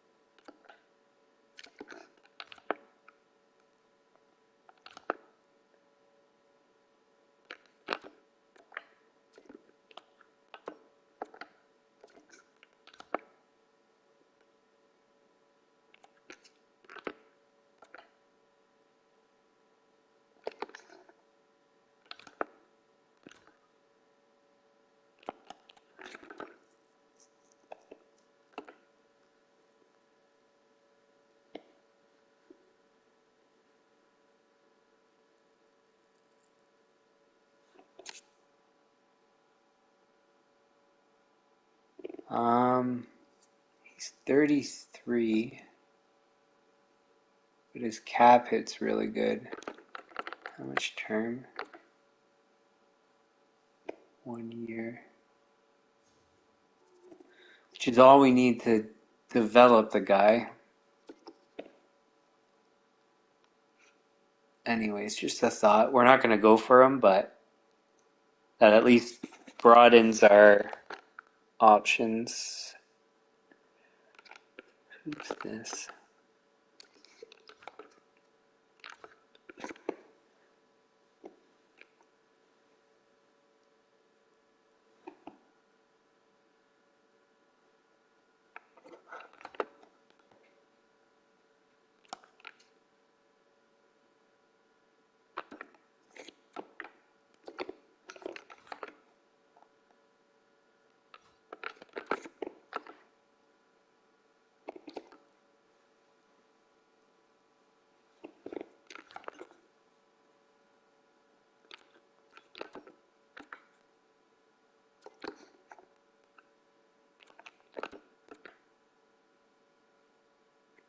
See, another guy we had before, and he's just never.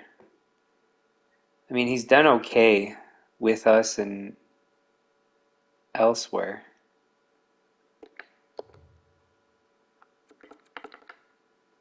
About 8 million?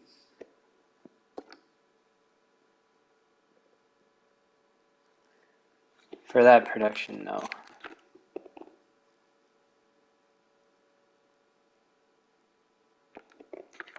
Who's this? Nope.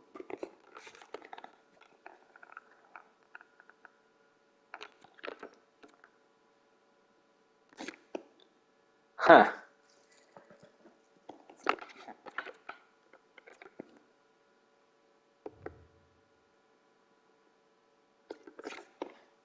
Another guy we could send to the AHL. If we have extra uh, assets afterwards, we could go back and get this guy.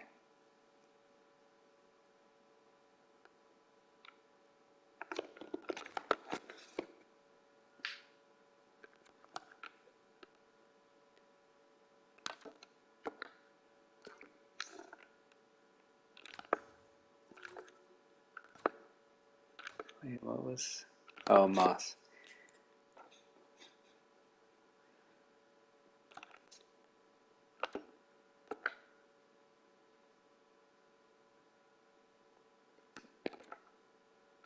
Whoa, penalty minutes. I thought I saw something. Koivunen.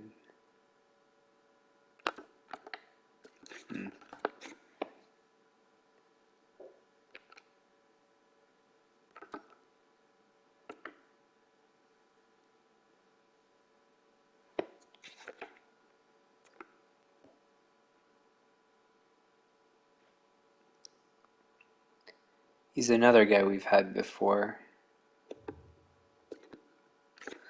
7.5. How many years? 4 years? That's actually reasonable. We got rid of him, I think, because of line fit, maybe? Yeah. But I've been too picky on that, I know for sure.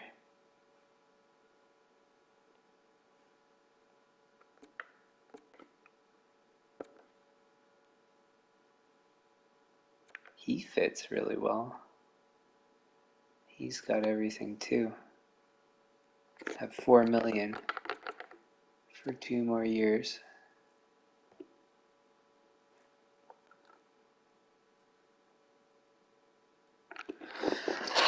Huh. So we got some options out there actually.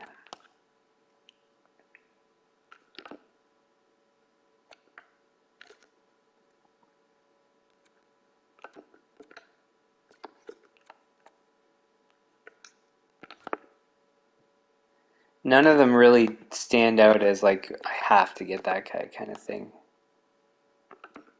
Like the guy we just picked up did.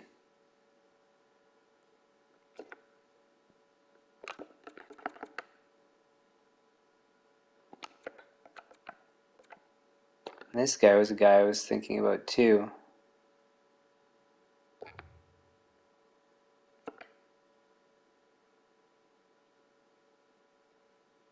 But we were waiting to see how he... Oh, he's not driven to win. So that's... I looked at him before.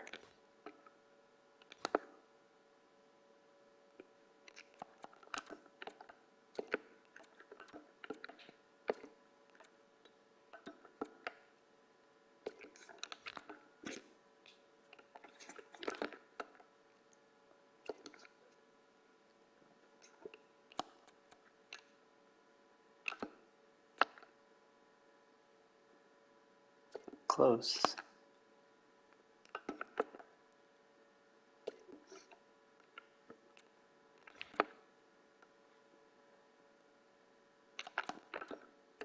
Licht.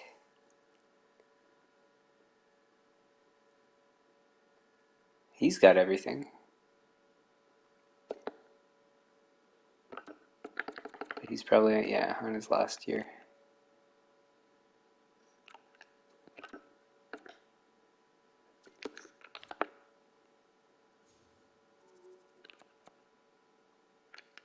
Tollefson. I think both... Oh, I thought he was defensive.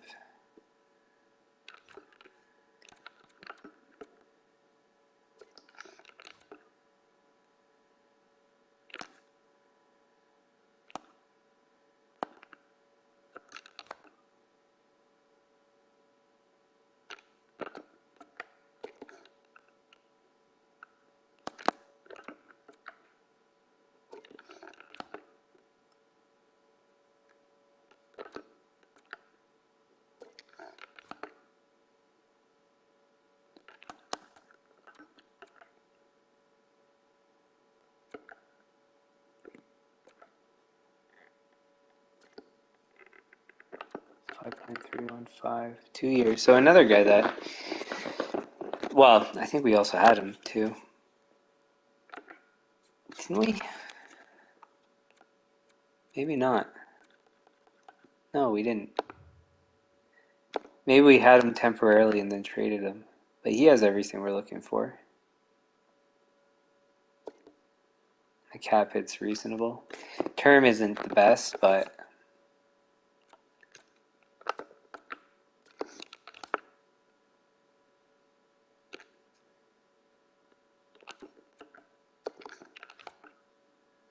still nobody stands out as like must get them.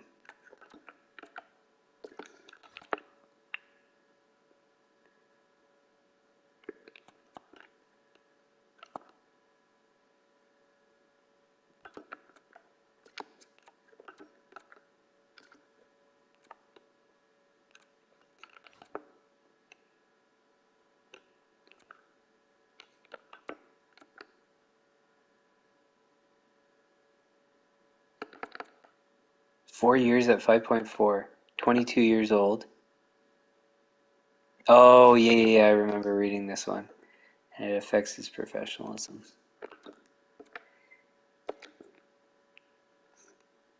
That's too bad.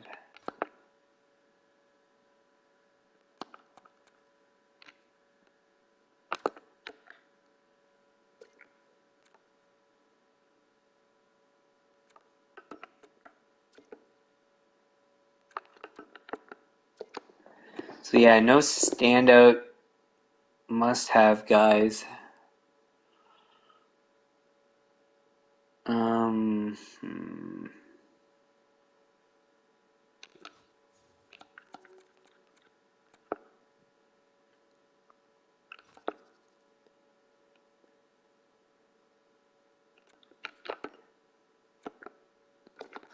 I should have written down where they were.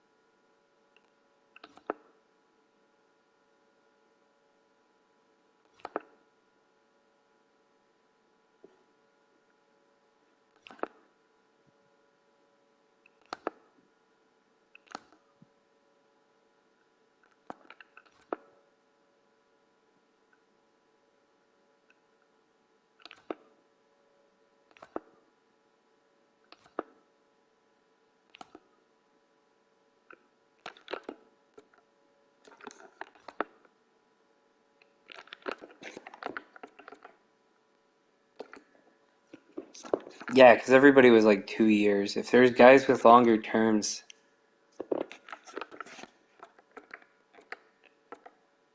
yeah, he was 4, but 7.5. I just don't want to spend that kind of money on a defenseman that's kind of,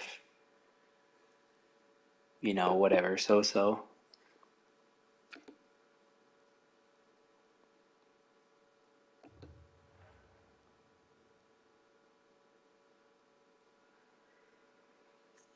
Um,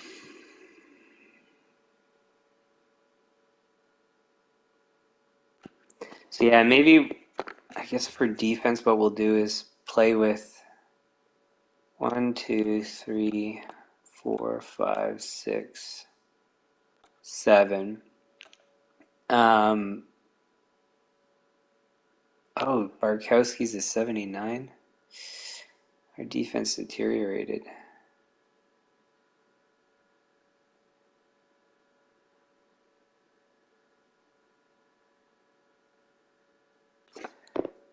Because, yeah, paying him 5.9 just makes no sense. What's his term? 6 years left.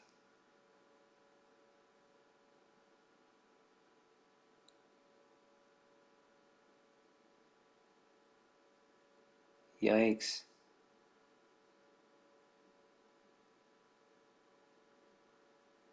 Still, we'll hold off on that. We won't do anything yet. Because we don't know how people develop in the off season too, so we'll wait on that. And then forwards 1, 2, 3, 4, 5, 6, 7, 8.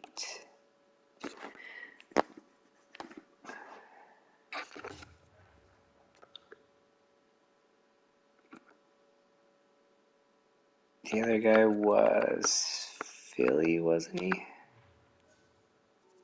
No, Columbus.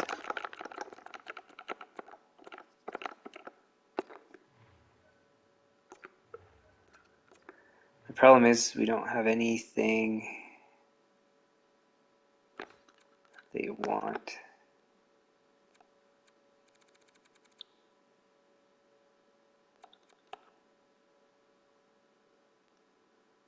Bachman. Barkowski.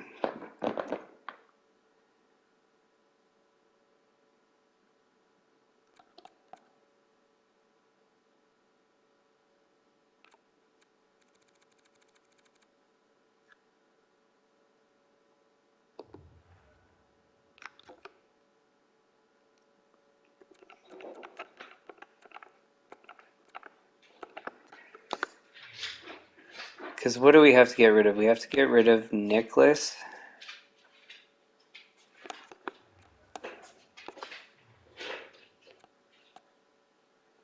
Tays, Moss, Pickering, Martins, McLean, Cam Beats.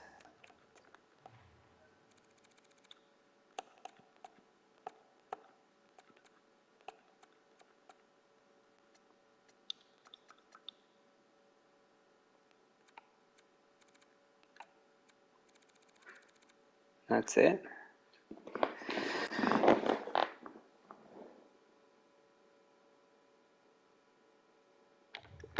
Oh, and I guess maybe I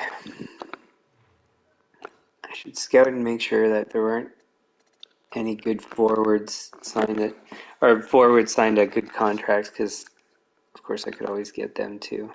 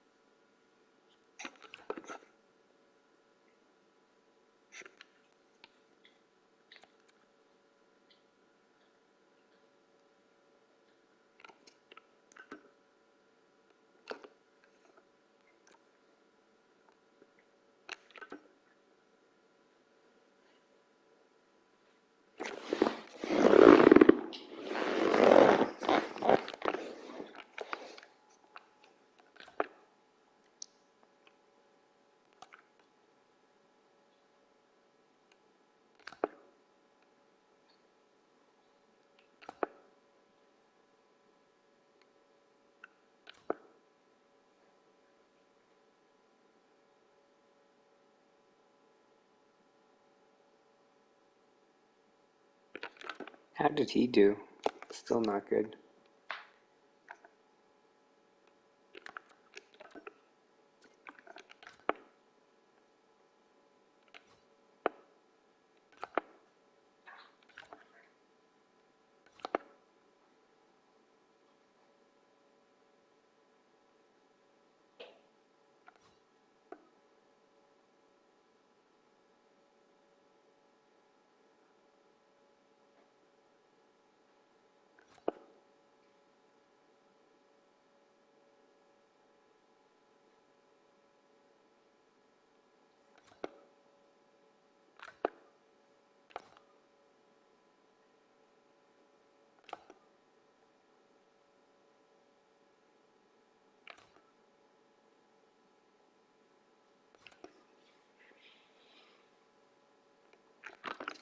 Nobody's signed good contracts. As I say that, 50, 60 points. How many years left? 5, 9 million. That's actually pretty good.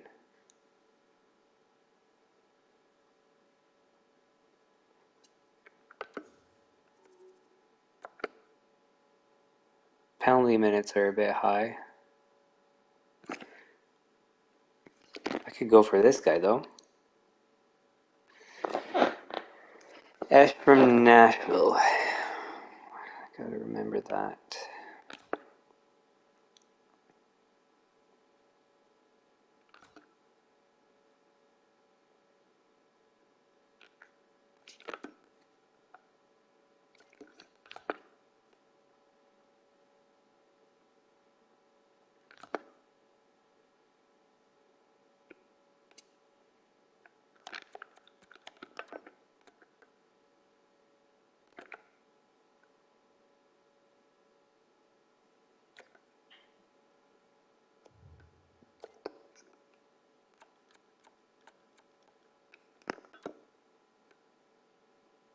$93 points.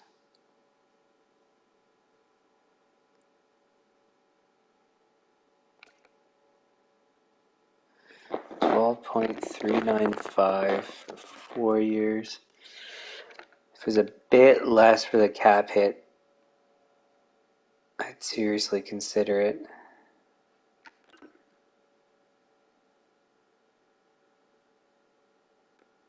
Actually, you know what? He might be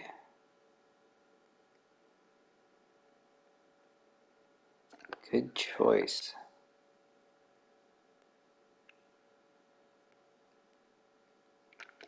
How much cap space do we have? Plenty. Oh, but we have to sign guys still. That one's tough.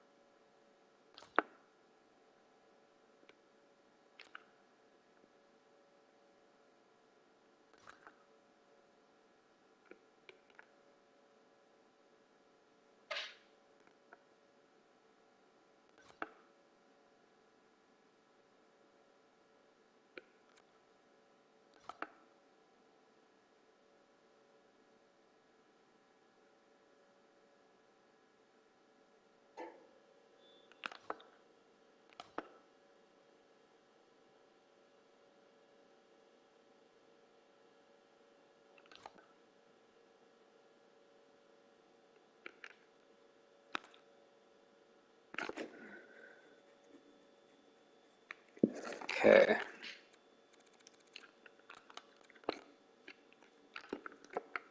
He's a playmaker too.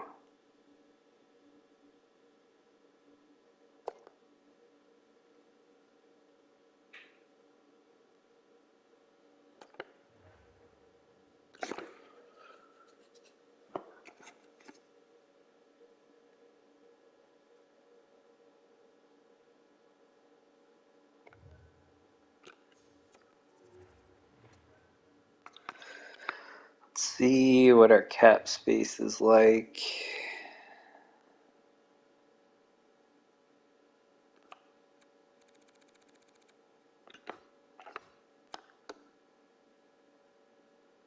So that guy is 11 plus 5. That's all we're spending. 16. So that means we have 10-ish million in cap space.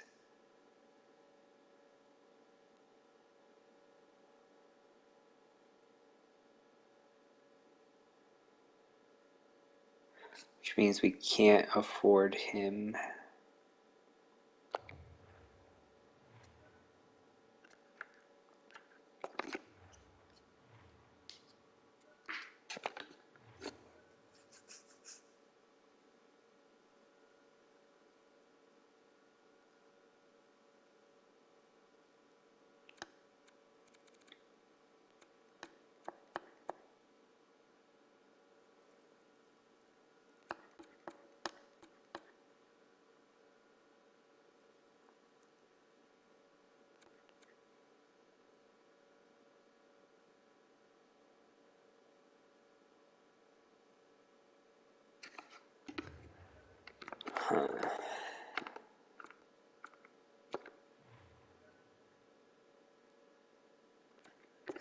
So I think what I'm going to do is we're going to trade whatever we need to trade to get this guy.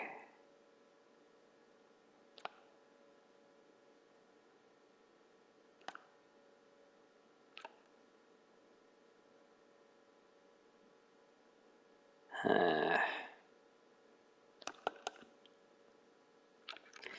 I was going to say Bartkowski, but that's not enough. Jeez, this sucks.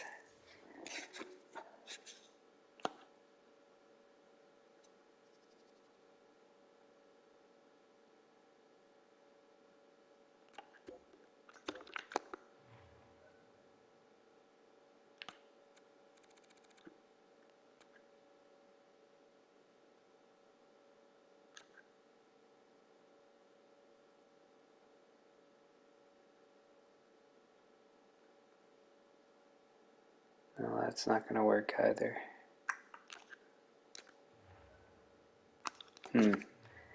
Guess I'm stuck doing this.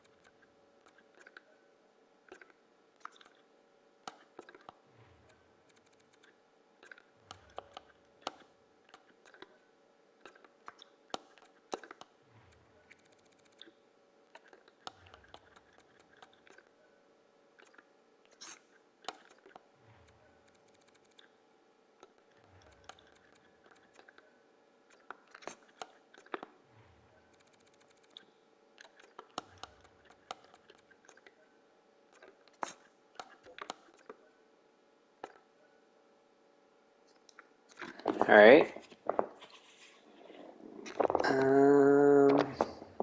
That's fine with me.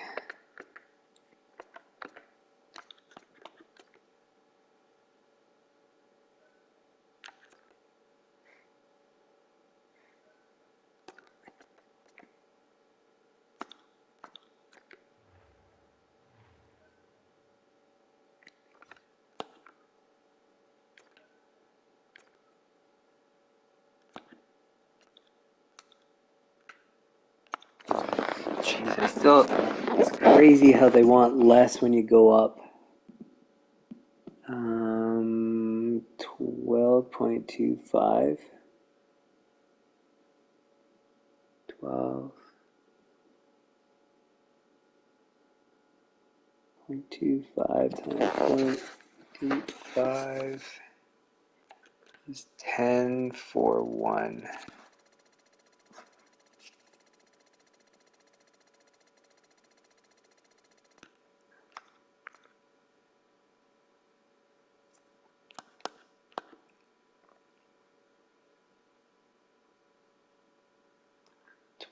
.25 times 0.85 is 10.425.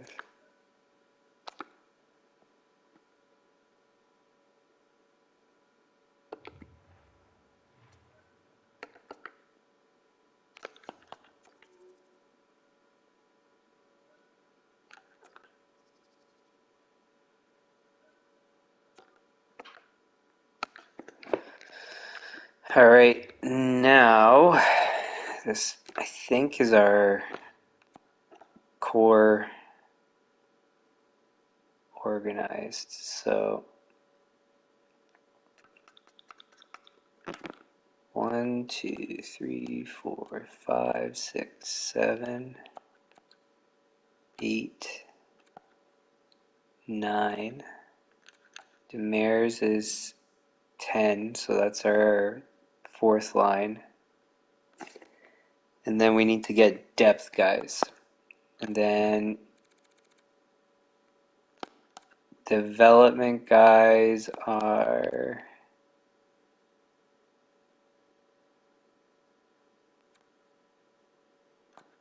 Trevika's going back to junior. I think he still can.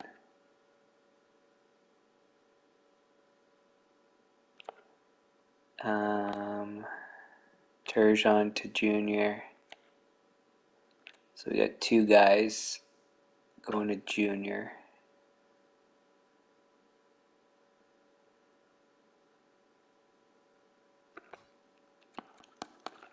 Our defense is a bit concerning.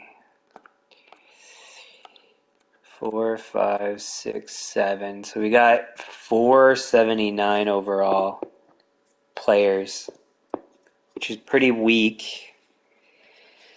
But the problem is the guys that we could trade for are more expensive. We won't really have the cap space given what we're just about to do.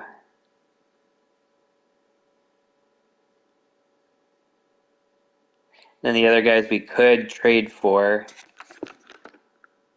have like 2 years left. This guy's got 6 years and he's still young, so he could actually correct his downward turn.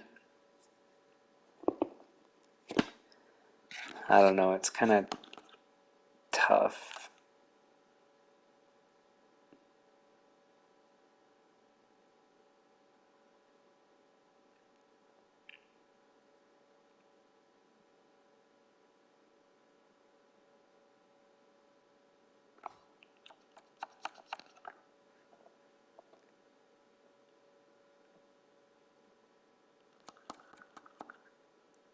So he is, let's say, 11 plus 11 is 22.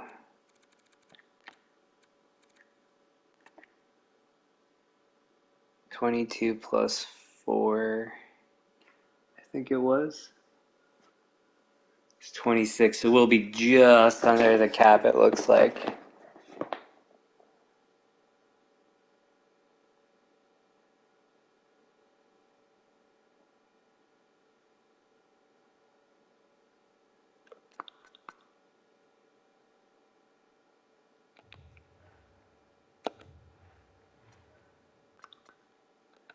Do you have any extensions that are going to screw things up?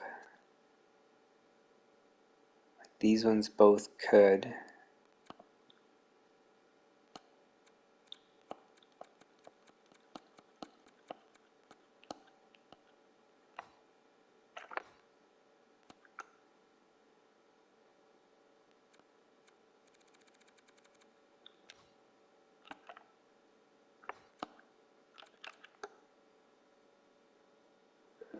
Oh, we haven't even extended him.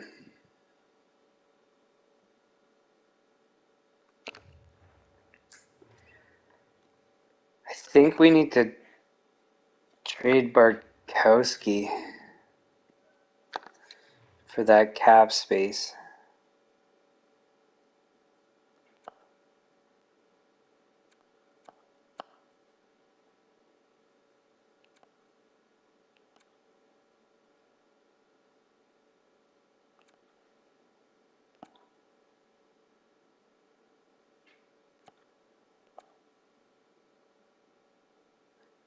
Which means we might have to play that Nemechek guy.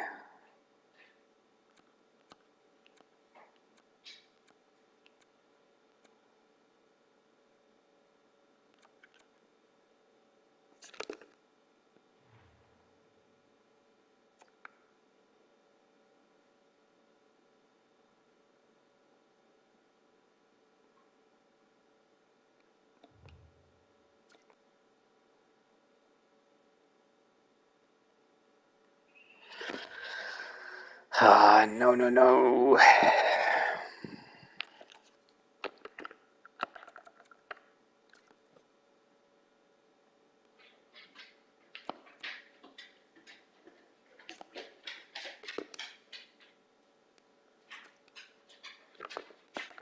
many years does he have? 3 years.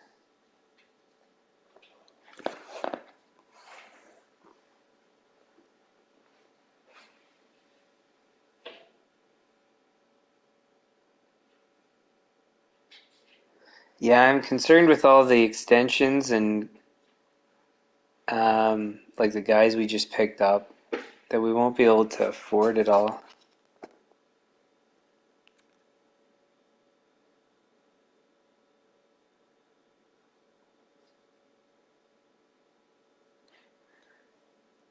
$26.8.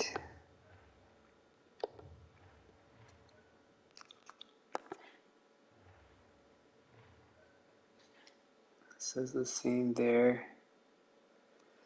So the actual math is 10.4 plus 11 is 21.4. 25,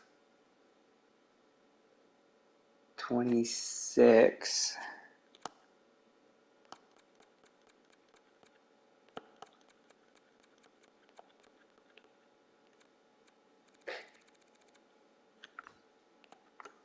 So 26 for these three guys. There's no other extension. So we're like just under, and then we don't even know if these guys are going to agree to those contracts. And then if they want more, and we're also not sure if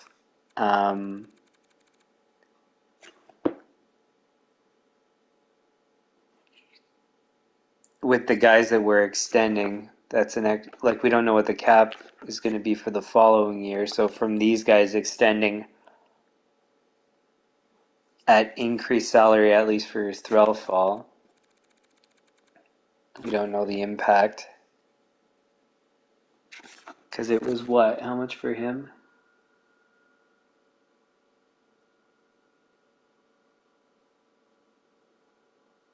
Basically 12, so that's a difference of 3 million.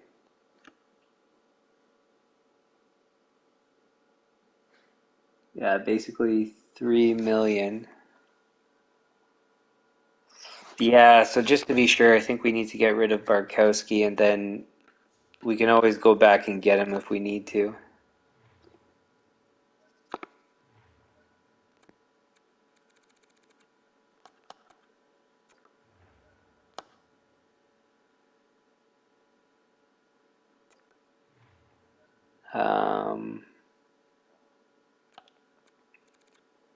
Do we maybe just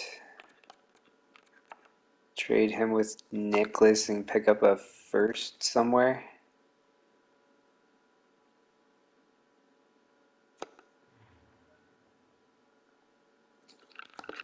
Or if there's any high value assets somewhere that we can, as I've done before, just a store of value kind of thing.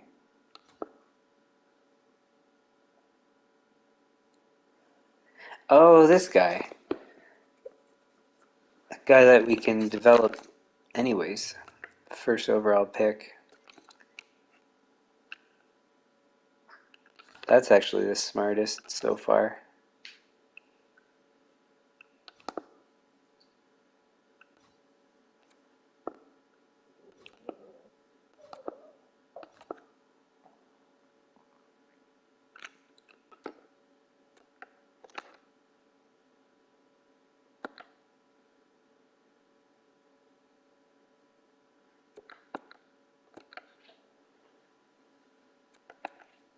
Oh, I was gonna say those stats look pretty good, but it's from OHL.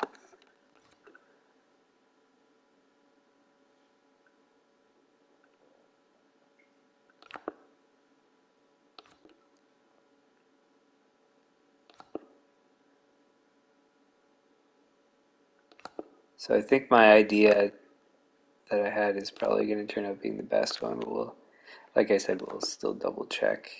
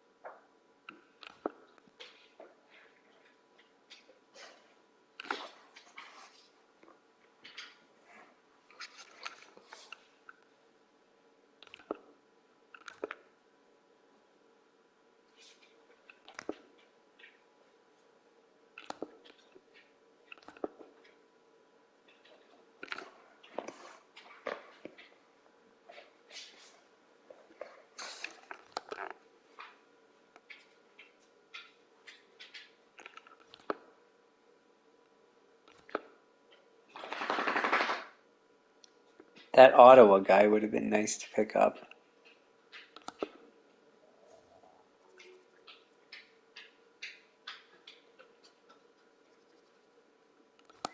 We have him, though, as a target in the future. I forget how long he signed for. Was it 4 or 5 years?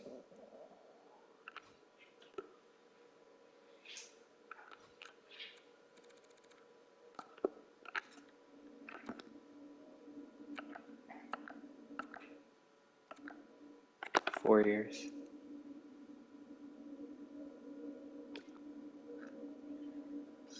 And where was that guy? Florida?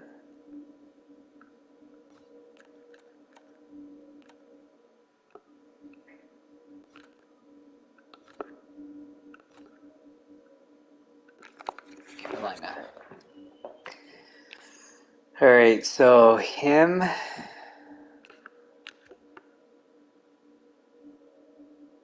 Could we do 1-for-1?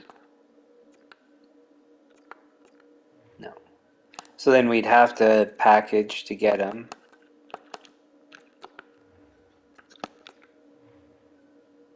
And this is okay anyways.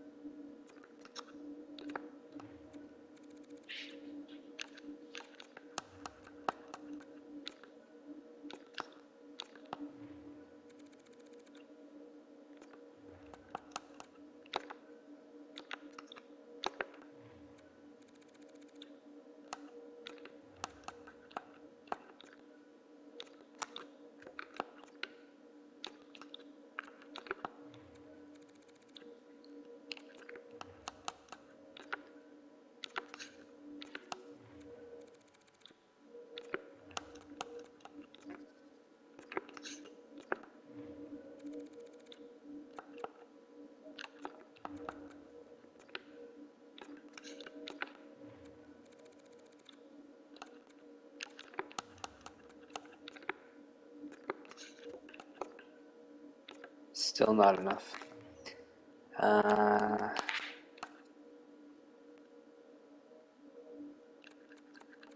6 for 7th.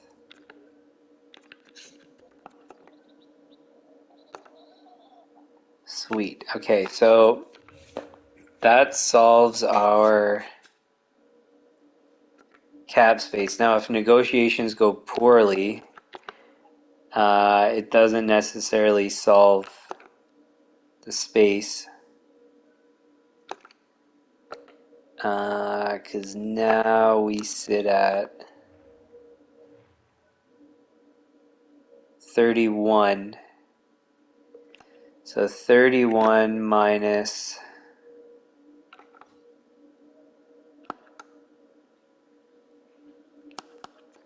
I might as well offer this one while I'm here. 31 minus... where was it here? 31 minus 10 and a half is 21.3. 21.3 minus 11 is 10.3. 10.3 minus 4.6 is 5.7.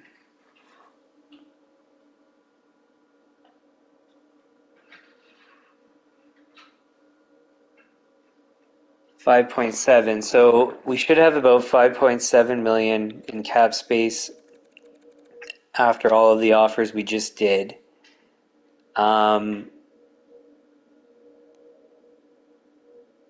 Which is more or less the same as Bartkowski that we just got rid of, but it gives us the wiggle room. So if the negotiations go poorly with Leighton, McLean, Kultanen, or all of them,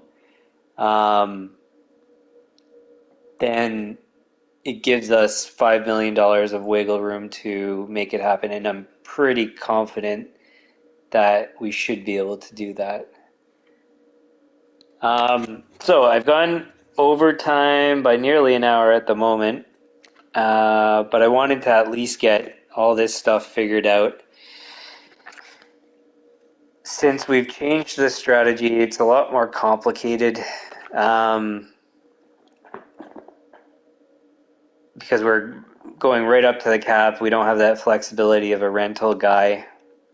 It's a core locked in. And in this case, we would have... What would we have?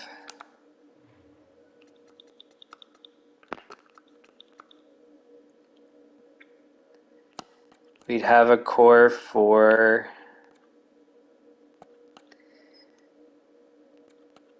Well, actually, we constantly have people coming in and out. So really, it's only stable for like 2 years, and then after that, it starts to be in flux again. But, anywho, so that's where we'll leave it. And I should say one other thing I just remembered about. So that goalie that we're going to extend, even with the wiggle room, we should still have that extra space to assign him. And then that could also dictate, as we were going over, I think it was like 5 years at under 2 million or 8 years at under 3 million. That could dictate which of the two we choose. So depending on how much space we have. So we got a whole bunch of different things like that.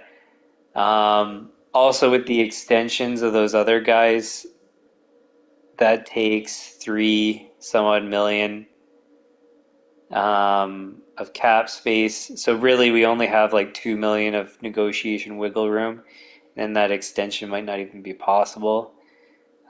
So anyways, there's a lot going on. We still need to figure out, but we'll save that for tomorrow. So, if you like the stream, hit the like button, share with your friends, subscribe, turn on notifications. The channel homepage has upcoming streams on regular NHL content. That's going to be Friday, covering the 2 weeks prior of NHL news, which at the moment is pretty light. So I'm hoping more stuff happens, or it might be a light stream. I still need to do that day versus doing 3 weeks in a row just because of travel and stuff I'm going to have coming up. So just don't want to deal with that. But anyways, that's coming up. For franchise mode and Be a Pro, that schedule's in the About section of the channel. It's a temporary one. You can see the times there. And again, plus an hour or maybe minus 30 minutes. I could be early.